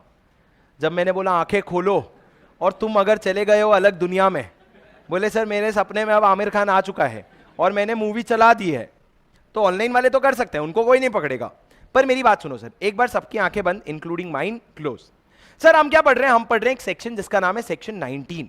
Section 19 talks about one thing कि भैया सब्सिडरी कंपनी जो होती है ना, वो होल्डिंग कंपनी के शेयर्स होल्ड नहीं कर सकती, और होल्डिंग कंपनी भी जो है ना वो सब्सिडरी कंपनी को शेयर्स इशू नहीं कर सकता। अब इसके 3 एक्सेप्शन है सर। पहला एक्सेप्शन, अगर आप लीगल रिप्रेजेंटेटिव के कैपेसिटी में शेयर होल्ड करते हो, मतलब अगर आकाश अंबानी रिलायंस इंडस्ट्रीज के शेयर होल्ड करता था और आकाश अंबानी ने अपने विल में लिख दिया कि मेरे जो शेयर्स है वो रिलायंस जियो को ट्रांसफर हो जाएंगे। रिलायंस जियो कौन है, रिलायंस इंडस्ट्रीज का सब्सिडरी है। तो अब अगर वो शेयर्स रिलायंस जियो को ट्रांसफर हो जाते हैं ना, तो रिलायंस जियो उसको वैलिडली होल्ड करेगा, उस पर वो राइट टू वोट भी रखेगा, एक नॉर्मल शेयर होल्डर की तरह ट्रीट होगा, और वो सब चीजें आगे बढ़ेगी, आप शेयर्स होल्ड कर सकते हो। तो पहला एक्सेप्शन है लीगल रिप्रेजेंटेटिव। दूसरा एग्जेम्पशन है अगर आप ट्रस्टी के कैपेसिटी में शेयर होल्ड करते हो। ट्रस्टी के कैपेसिटी में मतलब क्या, ईशा अंबानी ने अपने शेयर्स अगर रिलायंस जियो को दे दिए, भाई तू मैनेज कर ले, तू रख ले, आज से तू इस शेयर का ओनर हो गया, तो इन दैट केस अगर ट्रस्टी कैपेसिटी में आपको शेयर्स मिल रहे हैं वो भी आप होल्ड कर सकते हो, और वो भी नॉर्मल शेयर्स है सर, ईशा अंबानी के शेयर्स हैं, वो भी नॉर्मल शेयर्स हैं, उसको भी रखो, उस पर भी राइट टू वोट एक्सरसाइज करो और पूरे मेंबर की तरह रहो। पर तीसरे केस में एक अलग ही कुछ हुआ है। एबीसी मेटा लिमिटेड करके एक कंपनी थी जो रिलायंस में 1000 शेयर्स होल्ड करती थी। उसके बाद क्या हुआ, रिलायंस ने एबीसी लिमिटेड में 75% स्टेक अक्वायर करके उसको अपनी सब्सिडरी बना ली। तो भाई अब वो 1000 शेयर्स के क्या होंगे, क्या चीज क्या होगा 1000 शेयर्स का, क्योंकि आप सब्सिडरी बनने के पहले वो 1000 शेयर होल्ड करते थे, इसलिए उस शेयर का कुछ भी नहीं होगा, उस शेयर का कुछ भी नहीं होगा। अब आप क्या करोगे, अब आप क्या करोगे, उस शेयर को वैसा का वैसा चलने दोगे। पर एक बात समझो, रिलायंस जो है वो एबीसी मेटा में कितना परसेंट होल्ड करती है, 75%। तो वो 75% होल्ड करती है, तो वो खुद ही वोटिंग का डिसीजन ले रही है ना। तो लॉ ने कहा इस केस में ना हम आपसे राइट ऑफ वोट छीन लेंगे, उसके अलावा आप शेयर्स होल्ड करके कंटिन्यू कर सकते हो, हमें कोई प्रॉब्लम नहीं है। स्वाहा। अरे आंखें खोलो, अरे उठ उठ उठ,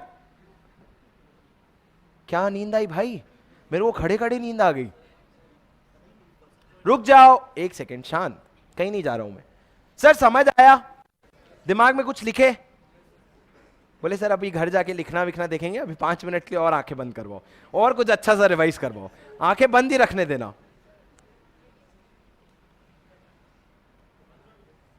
हाँ ये कर लो पहले, ये वाला, ये वाला, तुम धीरे धीरे मेरे को सारे फैन का स्विच याद करवा दोगे, ठीक है। और कुछ एसी वेसी लाइट वाइट, आंखें बंद, तो बोले सर टेम्परेचर भी थोड़ा ठीक कर दो, हाँ अब आंखें बंद कर पाओ।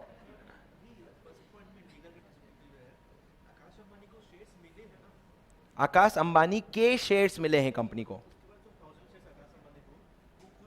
खुद लिया रहेगा सर, आपको समझा पक्का, कुछ डाउट बोल जोर से।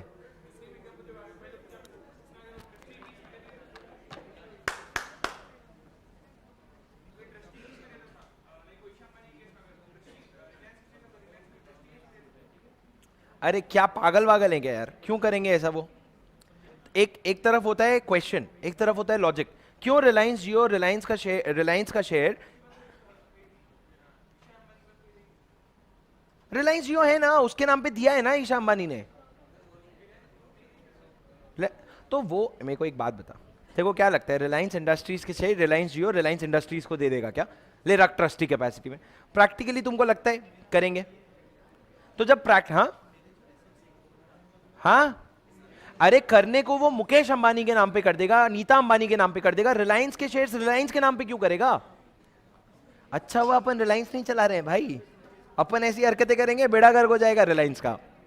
सुनो मेरी बात, अपन डिस्कस करते हैं बाद में क्लास के बाद, अभी सुनो। सर सेक्शन 16 क्या था? क्या था? Rectification of name. Section 19 subsidiary company can not hold shares of holding company. Section 12 registered office. Sir एक बार लाइन से जाते हैं। Section 3 formation of company. 3A 5 4 memorandum. तुम ये बोलने के लिए तैयार हो क्या सर आपने नहीं पढ़ा है? तो छोड़ देते हैं, ठीक है। 7 incorporation of a company. 8 12 13 14 alteration of article. 16 19 subsidiary company can not hold shares of holding company. कल की क्लास में अपना ये चैप्टर खत्म होगा। लास्ट में बिना बुक देखे सेक्शन 3 से 22 नोट्स में लिखना होगा। जिसने 75% करेक्ट किया होगा वही बाहर जाएगा क्लास के। चेक कैसे करोगे सर 75%? आपका पेपर आपके बाजू वाला चेक करेगा। अरे सर वो तो अपना ही दोस्त है, वहां मैं बदल दूंगा।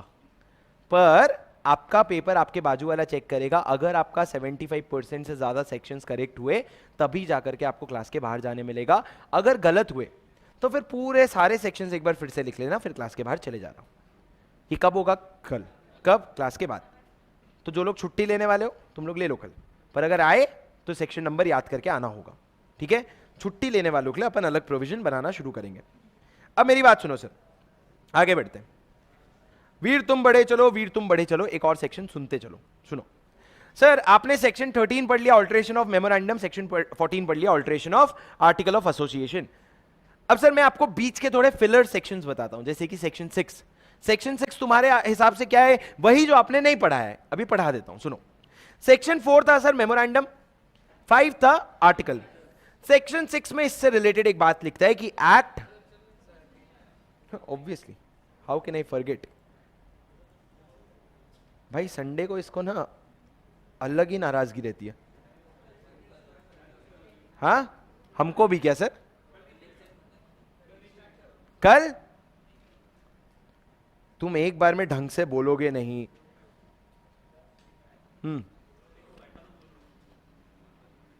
बैठा दूं तो बात क्यों कर रहा है? अभी ऐसे बात कर लेना, हो रहा है तो। सुनो सुनो सुनो, थोड़ी देर खड़े रहे, 2 मिनट। पैर दुख रहा है तो फिर क्या फायदा बैठ के। सुनो सेक्शन 6 पढ़ते हैं सर, सुनो मेरी बात ध्यान से। सेक्शन 6 क्या कहता है? सेक्शन 4 था मेमोरेंडम, 5 था आर्टिकल। सेक्शन 6 कहता है act to override memorandum and article. Simple सी बात है, बच्चों वाली बात है। क्या मतलब सर? अगर आपके मान लो एक्ट में लिखा है मिनिमम नंबर्स कितने होंगे, minimum number of share holders कितने होंगे in case of a public company, minimum share holders कितने होंगे? 7। आपने होशियारी मार के अपने आर्टिकल ऑफ एसोसिएशन में लिखा कि भाई 7 नहीं, हमारे कंपनी में तो मिनिमम, हाँ मिनिमम 5 होंगे तो चलेगा। आपने लिखा कि लॉ क्या साथ बोल रहे हैं, छोड़, हम क्या बोल रहे हैं, मिनिमम 5 होगा तो हमारा कंपनी चल जाएगा। क्या तुम ऐसे प्रोविजन अपने आर्टिकल में लिख सकते हो? लिखने को तो तुम कुछ भी लिख लो, लेकिन एक्ट विल ओवरराइड एओए। यहां पे एक्ट जो है वो ओवरराइड कर जाएगा। ओवरराइड मतलब क्या? यहां पे एक्ट बड़ा हो गया, ये वाला जो प्रोविजन है ये वॉइड हो जाएगा और एक्ट का प्रोविजन वैलिड हो जाएगा। तो एक्ट ओवरराइड्स आर्टिकल। इसी तरीके से सर एक्ट 4 चीजों को ओवरराइड करता है। पहला मेमोरेंडम, दूसरा आर्टिकल्स, तीसरा रेजोल्यूशंस। रेजोल्यूशंस मतलब क्या? आपने शेयर होल्डर का रेजोल्यूशन लिया या आपने बोर्ड का रेजोल्यूशन लिया, किसी का भी। और चौथा अग्रीमेंट। आपने किसी के साथ कोई अग्रीमेंट किया जो लॉ के कंप्लायंस में नहीं है, तो कौन ओवरराइड करेगा? एक्ट। तो एक्ट सबका, छी यार, एक्ट सबका, मेरे को कुछ आया भी नहीं फिलर। सुनो, एक्ट सबसे बड़ा है, ठीक है, एक्ट के ऊपर कुछ नहीं है, मेमोरेंडम आर्टिकल ये सारे एक्ट्स के नीचे आते हैं, एक्ट सबको ओवरराइड करेगा। अब एक सवाल जिसका जवाब तुम दोगे गलत, सुन लो जवाब, सुन लो सवाल और दे देना गलत जवाब। एक्ट में लिखा है सर मिनिमम कितने शेयर होल्डर्स होंगे? 7।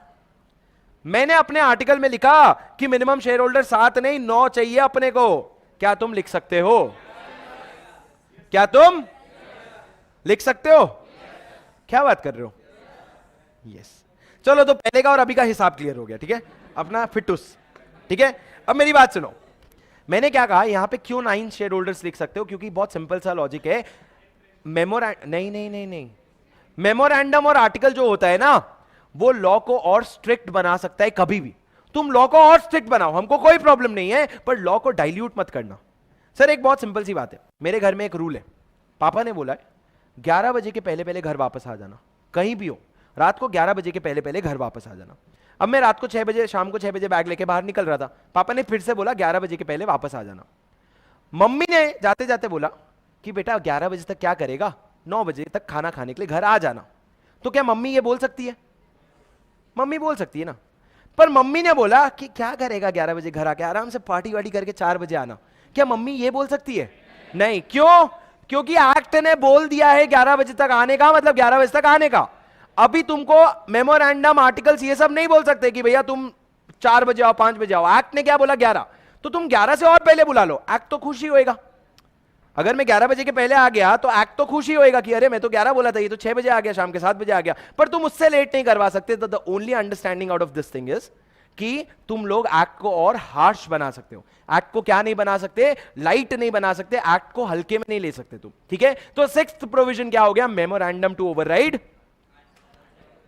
अरे act to override 4 things, memorandum, articles, resolutions और अग्रीमेंट्स, ठीक है। चलो सर अपने नोट्स खोलो, बहुत सारी चीजें लिखनी है। हाँ अच्छा सुनो एक सेकंड, सॉरी इसका एक सेकंड पॉइंट भी है, मेरी बात सुनो।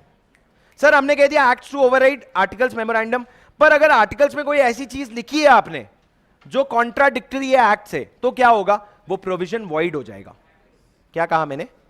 अगर आपने आर्टिकल में ऐसी कोई चीज लिखी है जो एक्ट से कॉन्ट्राडिक्टरी है, जैसे कि एक्ट ने बोला मिनिमम 7 शेयर होल्डर चाहिए, मैंने लिख दिया 5 में काम हो जाएगा, तो ये जो प्रोविजन आपने लिखा है ना, ये वॉइड हो जाएगा। क्या हो जाएगा? वॉइड हो जाएगा। तो 2 पॉइंट, एक्ट सबके ऊपर है, और दूसरा आपका अगर आपने कोई कॉन्ट्राडिक्टरी प्रोविजन लिख दिया तो वो प्रोविजन वॉइड है। ये 2 पॉइंट आपके सेक्शन 6 का है। चलो सर नोट्स लिखना शुरू करो, आप क्वेश्चन पूछो जोर से। हाँ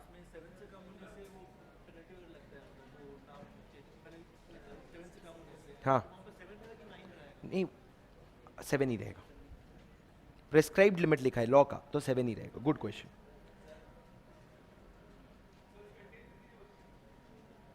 क्या?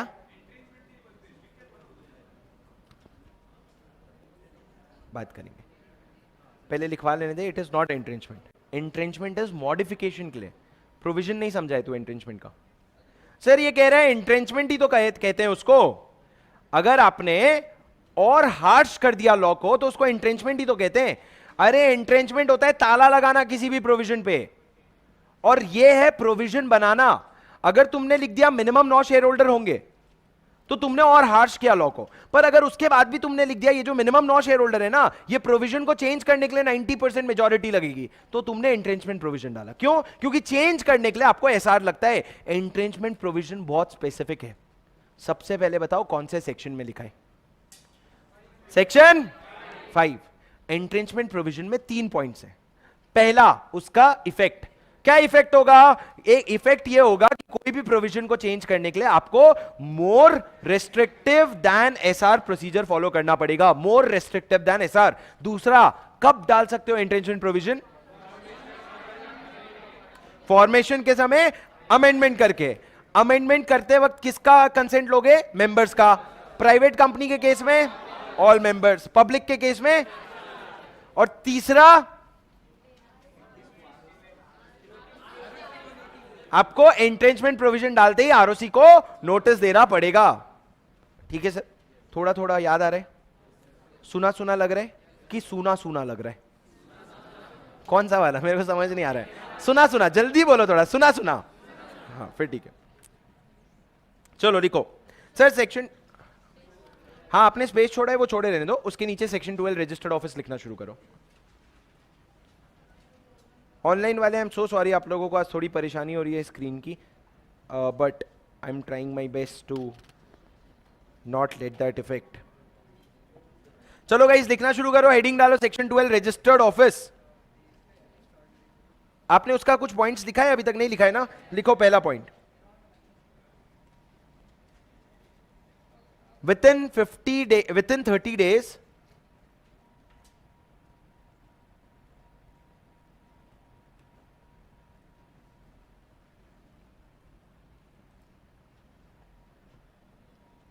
एक सेकेंड में फुल स्क्रीन कर देता हूं।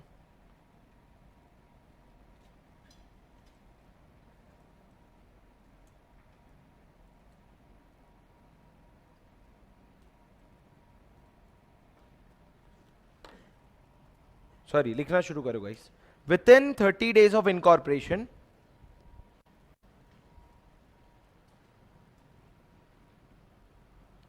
a company shall have RO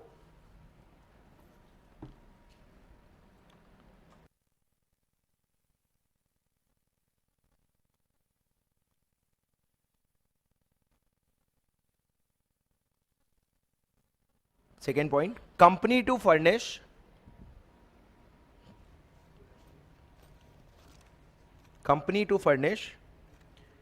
verification of RO to ROC, verification of RO to ROC within 30 days of incorporation। दोनों टाइम लिमिट सेम है सर कायदे से, है ना? 30 दिन के अंदर अपना आरओ बना भी लेना और क्या करना, आरओसी को इंटीमेट भी कर देना। थर्ड पॉइंट लिखो। थर्ड पॉइंट मैंने आपको समझाया नहीं पर लिख लो, फिर समझाता हूं। थर्ड पॉइंट लिखो, पब्लिकेशन ऑफ नेम।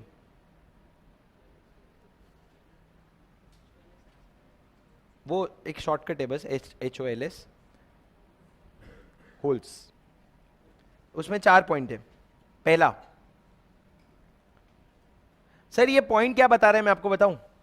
आप अपना नाम रख लोगे कंपनी का, आप अपने कंपनी का रजिस्टर्ड ऑफिस डिसाइड कर लोगे, उसके बाद हर जगह अपने कंपनी का नाम और रजिस्टर्ड ऑफिस डालना, हर जगह रजिस्टर्ड एड्रेस डालना। हर जगह मतलब क्या, आपके इंडिया में जितने भी ब्रांचेस हैं, मान लो मेरी ऑफिस पुणे में है पर मेरे ब्रांचेस हैं दिल्ली में, मेरे ब्रांचेस है उड़ीसा में, जितने भी ब्रांचेस है हर जगह कंपनी का नाम लिखा होना चाहिए और रजिस्टर्ड एड्रेस लिखा होना चाहिए। ये पहला रूल है। दूसरा, कंपनी के जितने भी बिल हेड्स होंगे, बिल हेड्स मतलब क्या, अगर हम तुम कुछ खरीद रहे हो तो हम बिल दे रहे हैं तुमको, तो बिल में कंपनी का नाम, कंपनी का रजिस्टर्ड एड्रेस लिखा होना चाहिए। कंपनी का लेटर हेड्स, लेटर हेड मतलब क्या, जो भी डॉक्यूमेंट A4 साइज पेपर होता है जिसमें हम कुछ भी फॉर्मली इशू करते हैं, हर जगह कंपनी का नाम होना चाहिए। उसके अलावा कंपनी का कॉमन सील, कंपनी का कॉमन सील, उसमें भी कंपनी का नाम इनग्रेव्ड होना चाहिए। एक बात बताओ, कंपनी के कॉमन सील में एड्रेस भी इनग्रेव करवा दोगे क्या? 6 लाइन का एड्रेस भी, इतना बड़ा सील बना है, ऐसे सील मारा तुमने, हाँ नहीं, तो तुम वो नहीं करवा सकते। तो सील में तुम सिर्फ नाम डलवाओगे, बट बाकी यूजुअली हर जगह आपके प्रोमिसरी नोट्स में, बिल्स ऑफ एक्सचेंज में, हर जगह आपको कंपनी का क्या डालना पड़ेगा, नेम और एड्रेस डालना पड़ेगा। एक बार बेसिक कॉन्टेक्स्ट के साथ लिखो, फिर मैं आपको याद करवाऊंगा। लिखो पहला पॉइंट,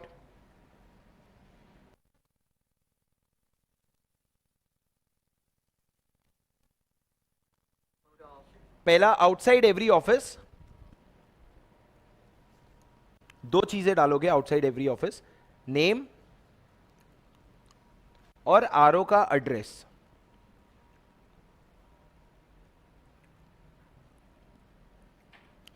और सर मान लो मैंने क्या किया, मैंने अपने ऑफिस के बाद नाम तो लगाया, लिखा मस्त, और उसको उल्टा करके चिपका दिया। मैंने बोला दिखना ही नहीं चाहिए किसी को, तो भाई ऐसा नहीं चलेगा। लॉ में क्लियरली लिखा है, इन अ कॉन्स्पिशियस पोजीशन, मतलब दिखना चाहिए भाई, conspicuous position and legible letters, conspicuous position and legible letters, पढ़ने लायक। मैंने लिख दिया और फिर उसका मिरर इमेज चिपका दिया। मैंने बोला पढ़ के दिखाओ, लिखा हुआ समझ आना चाहिए, लेजिबल। दूसरा, name engraved in legible characters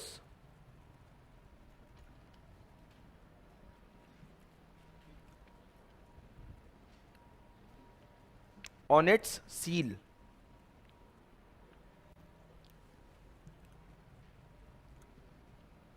Name engraved in legible characters on its seal. तीसरा, business letterheads.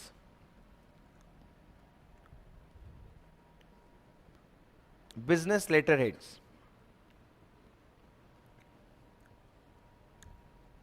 पहला नेम,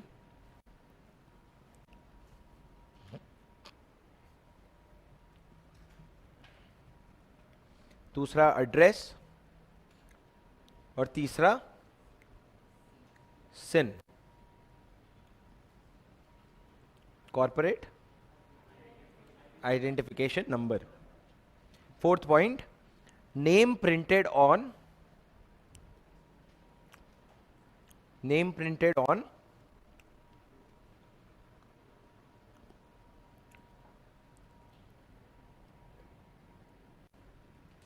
ये फेयर नोट्स है, फेयर नोट्स है। तुम कुछ लोगों के रफ से ज्यादा अच्छा तुम कुछ लोगों के फेयर से ज्यादा अच्छा रफ नोट्स बनते हैं यहाँ पे। लिखो लिखो लिखो लिखो। फोर्थ पॉइंट क्या लिख रहे थे? नेम प्रिंटेड ऑन हंडीस, हुंडीस, जो भी, क्या बोलते हो तुम लोग? हुंडीस? अरे क्या गाली वाली मत दे भाई। हुंडीस, HUNDI।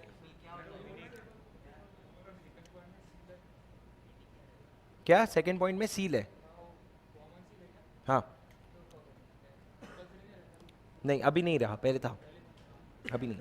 फोर्थ पॉइंट लिखो name change, sorry fourth point लिखो name printed on hundis promissory note and bills of exchange. PN मतलब प्रॉमिसरी नोट, BOE मतलब bills of exchange etcetera.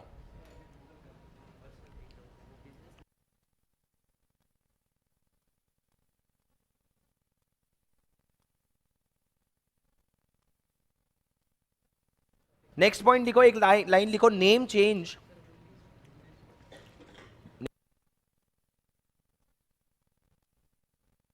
Hundis का मतलब क्या होता है? ये अपन नेगोशिएबल इंस्ट्रूमेंट एक्ट करके आपके सिलेबस में एक चैप्टर है, उसमें डिटेल में पढ़ेंगे।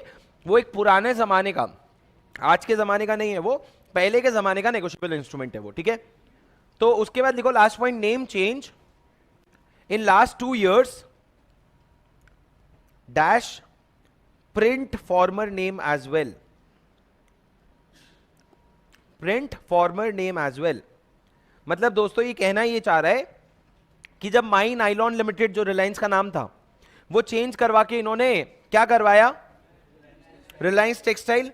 जो जब वो चेंज भी करवाया ना, तो तुमको जहां जहां पे भी हमने नाम लिखने बोला है, वहां पे आप नाम के साथ अपना पुराना नाम भी लिखोगे, ताकि जिसको माई नाइलॉन है पता है, उसको समझ आएगा कि भाई हाँ माई नाइलॉन था, अब वो क्या हो गया? रिलायंस इंडस्ट्रीज हो गया है। तो पुराना नाम भी लिखना पड़ेगा जिंदगी भर से, नहीं 2 साल तक। 2 साल तक हर जगह अपना पुराना नाम भी लिखना, ऑफिस के बाहर, अपने सारे बिल्स ऑफ एक्सचेंज वगैरह में, अपने कॉमन सील में, और उसके अलावा लेटर हेड्स वगैरह, हर जगह पे नया नाम और पुराना नाम। कितने समय के लिए? 2 साल के लिए। MCQ में आएगा, इसको मैंने इसलिए रेड कलर में डाले। नेक्स्ट पॉइंट लिखो। सर ये आपको स्क्रीन पे देख के बनाना है, ये पूरा चार्ट है चेंज इन रजिस्टर्ड ऑफिस का। इसको 4 पार्ट में स्प्लिट करो, और फिर नीचे अपने को देखो इस तरीके से तीनों अप्रूवल के बारे में लिखना है, ठीक है। तो पहले इसको 4 पार्ट में स्प्लिट करो। तुमको स्क्रीन दिख रहा है क्लियरली? लिखो।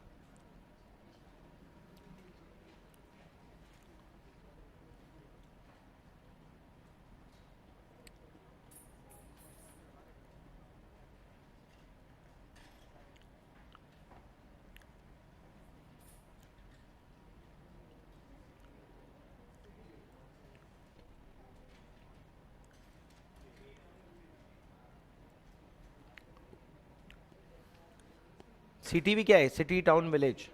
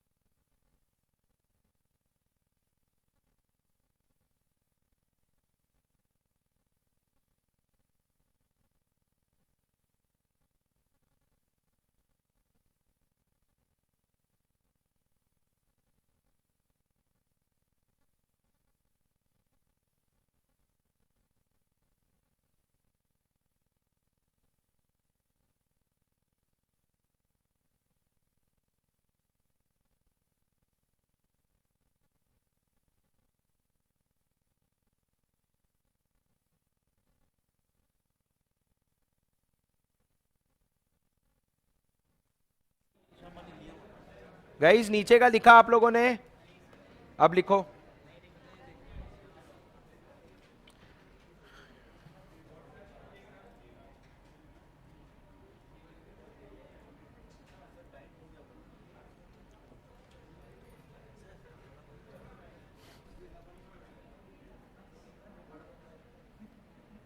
तुम लोग का बस चले तो तुम मेरे को वड़ा पाव लेने भेज दो।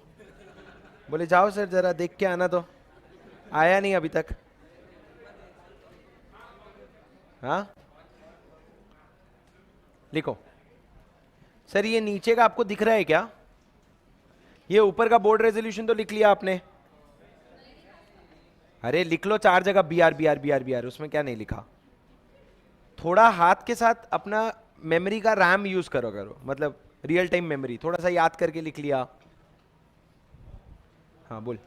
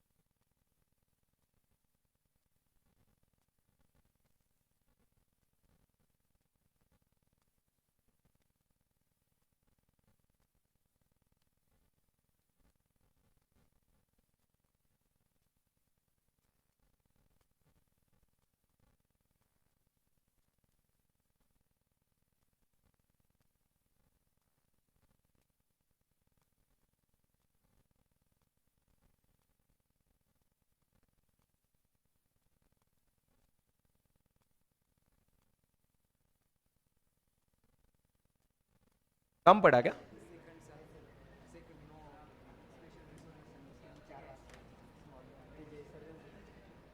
क्या सेकंड? नो, एस आर के नीचे मैंने ब्रैकेट में लिखा है ओ आर क्वेश्चन मार्क, पर ओ आर भी नहीं लगेगा तो छोड़ दो। वो जो येलो वाली चीज़ें होती है ना, वो बस ऐसे ही आपको समझाने के लिए, वो मत लिखो, चलेगा। कल है, मेल आया सबको, कल डीटी का लेक्चर है, लिख लिया।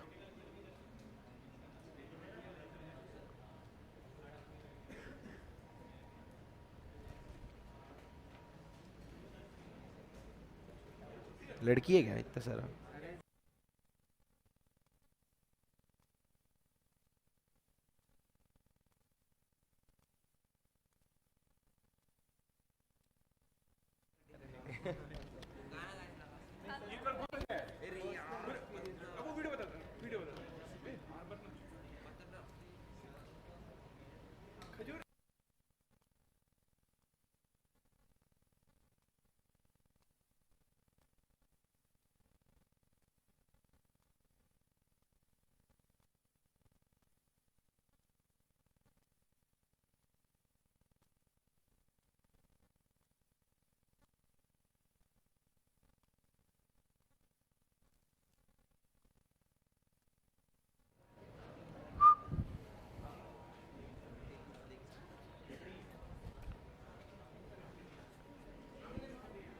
गाइस लिख लिए?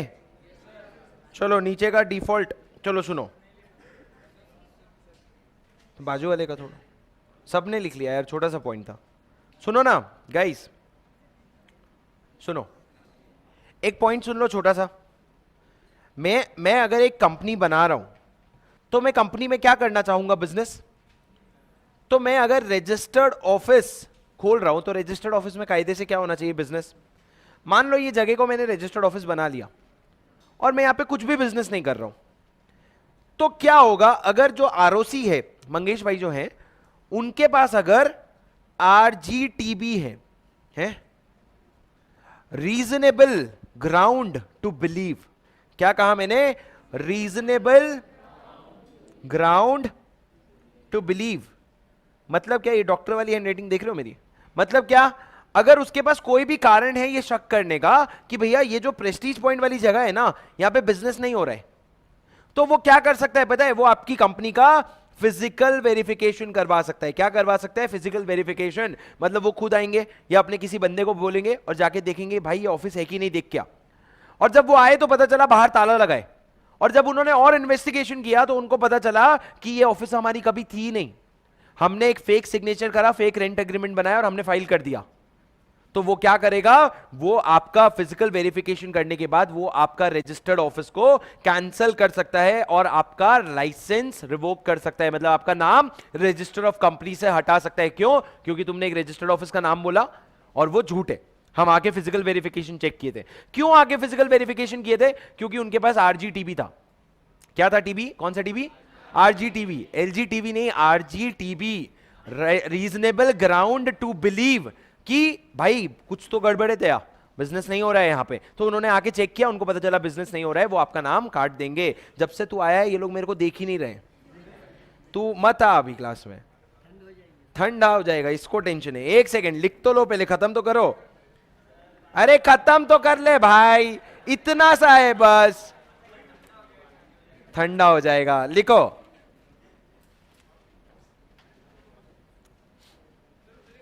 हाँ हाँ जाने दे, वो थोड़ी डिक्टेट करेगा, मैं करूंगा, हूं यहां। तब अब तो तुम बोलोगे श्री कल से तू ही क्लास ले ले भाई, तू वड़ा पाव ले आया कर, क्लास में खाते खाते देखेंगे। So sorry. लिखो। हाँ, ओआईडी क्या है? मेरे को पूछने दो, क्या है ओआईडी? Section 2 clause. अच्छा हुआ मैं अभी खड़ा, टाइम पास होता ना तो खड़े करके पूछता, बताओ 7 नाम। 7 थे ना ओआईडी में?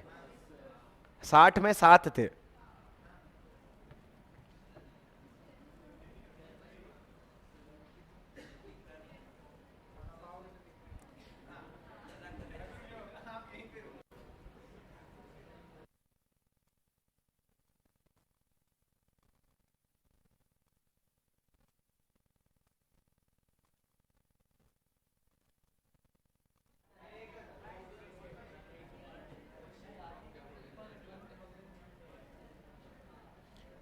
गणपति का चढ़ावा है तो 10,001 रुपए चढ़ा रहे हैं, लाइक रुपीस।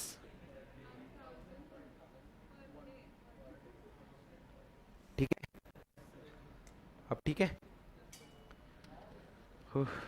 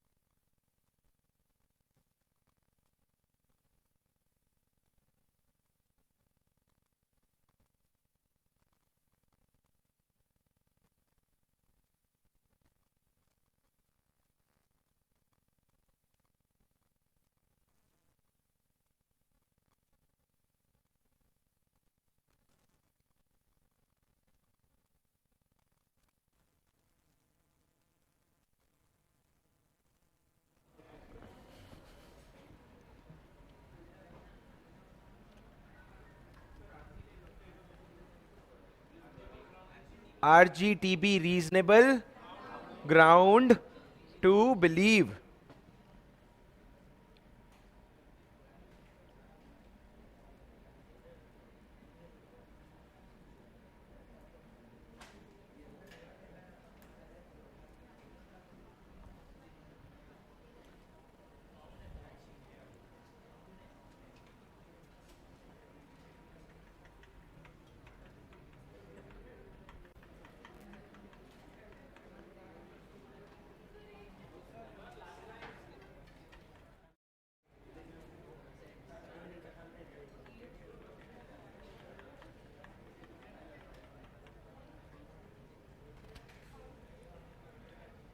शिवम, मयूरी, समृद्धि हो गया लिख के।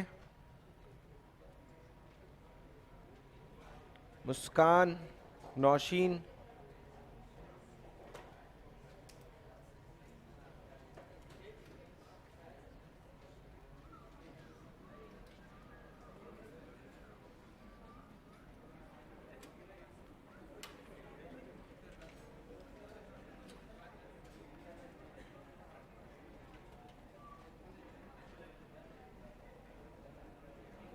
चलो guys, we will end the class with some questions.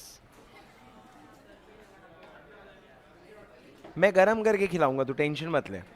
सुनो मेरी बात, कल मैंने होमवर्क दिया था, क्वेश्चन नंबर 5 और क्वेश्चन नंबर 14। किसने किसने कर लिया? नहीं तो सर आज की क्लास थोड़ी आते। किसने किसने नहीं किया? कोई बात नहीं। किसने किसने एक क्वेश्चन नहीं किया?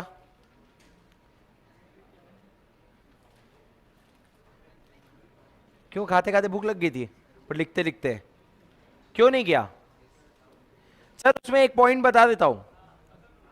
क्वेश्चन नंबर 5 आपने किया, उसमें एक कंफ्यूजन आया कि सर 6 महीना कैसे नहीं हुआ है अभी तक? 6 महीना हुआ है कि नहीं हुआ है? कुछ दिया ही नहीं है क्वेश्चन में। तो सुनो, क्वेश्चन में पीरियड लिखा है 15 जनवरी 2019 और एग्जाम कब आया था? कौन से एग्जाम में क्वेश्चन आया था? नवंबर 2019। तो तुम पेपर में बैठे हो ना, तो उस कॉन्टेक्स्ट में क्वेश्चन पढ़ना है कि आज मैं नवंबर में बैठा हूं और ये बात कर रहे हैं जनवरी और फरवरी की, तो हो गए ना 6 महीने। इस तरह के क्वेश्चंस तुमको और दिखेंगे। तुमको जब तुम एग्जाम लिखने जा रहे हो, तुमको ये मान के चलना पड़ेगा कौन से साल में हम बैठे। अरे मेरे को खत्म कर लेने दे मेरे भाई, फिर पूछूंगा ना, मैंने देख लिया ना, मेरे को फ्लो टूट जाएगा मेरा। तो मैंने क्या कहा? मैंने कहा कि आप लोग जब भी एग्जाम दे रहे हो तो आप लोगों को ध्यान देना पड़ेगा कि इस कॉन्टेक्स्ट में क्वेश्चन कैसे बैठ रहा है। अगर 15 फरवरी को उसके नंबर ऑफ मेंबर्स कम हो गए थे, आज हम नवंबर पे हैं, तो ये नहीं कि नवंबर 2 पे हैं, नवंबर 3 पे हैं, दिन कैलकुलेट करो। एक रफली आइडिया हो गया, 6 महीने के ऊपर हो गया, तो उस हिसाब से अपना आंसर लिख दो और नीचे लिख देना assuming that till November 6 months have passed, so hence this is the provision. ठीक है, आप बोल क्या? 1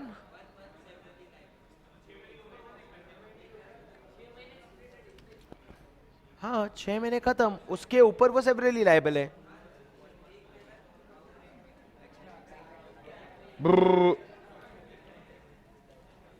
तुम ही लोगों का टाइम है, मेरे को क्या है? मेरे को तो 1:15 तक पढ़ाना है वैसे भी।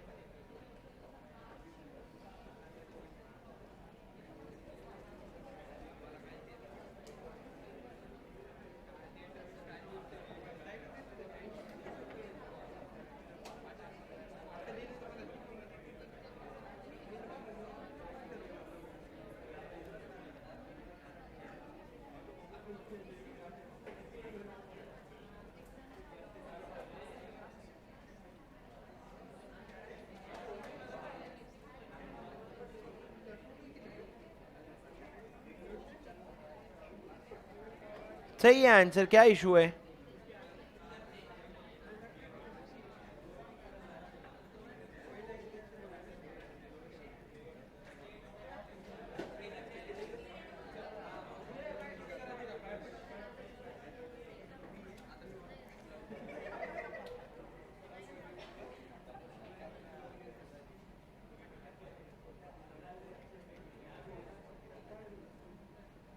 तुम बोल रहे हो ये जो 1 महीने का पीरियड है वो कहां से आ रहा है?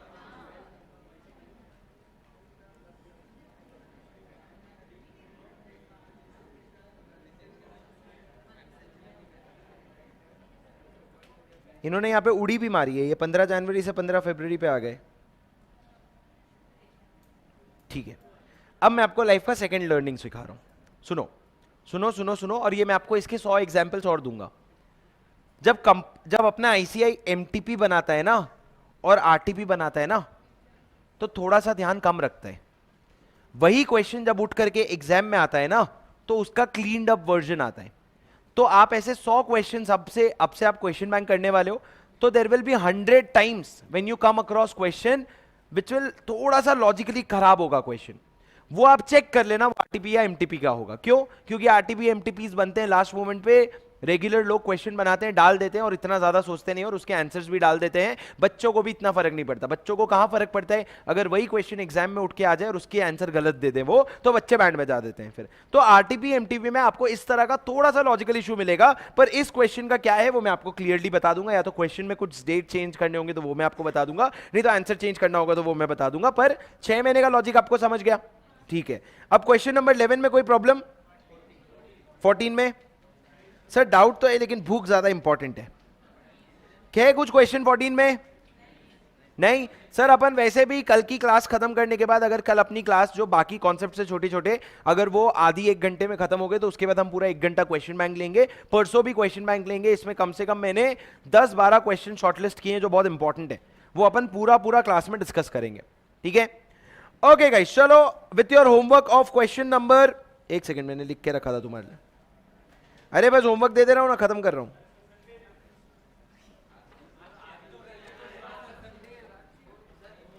फेयर है ना, करते हैं भाई खत्म।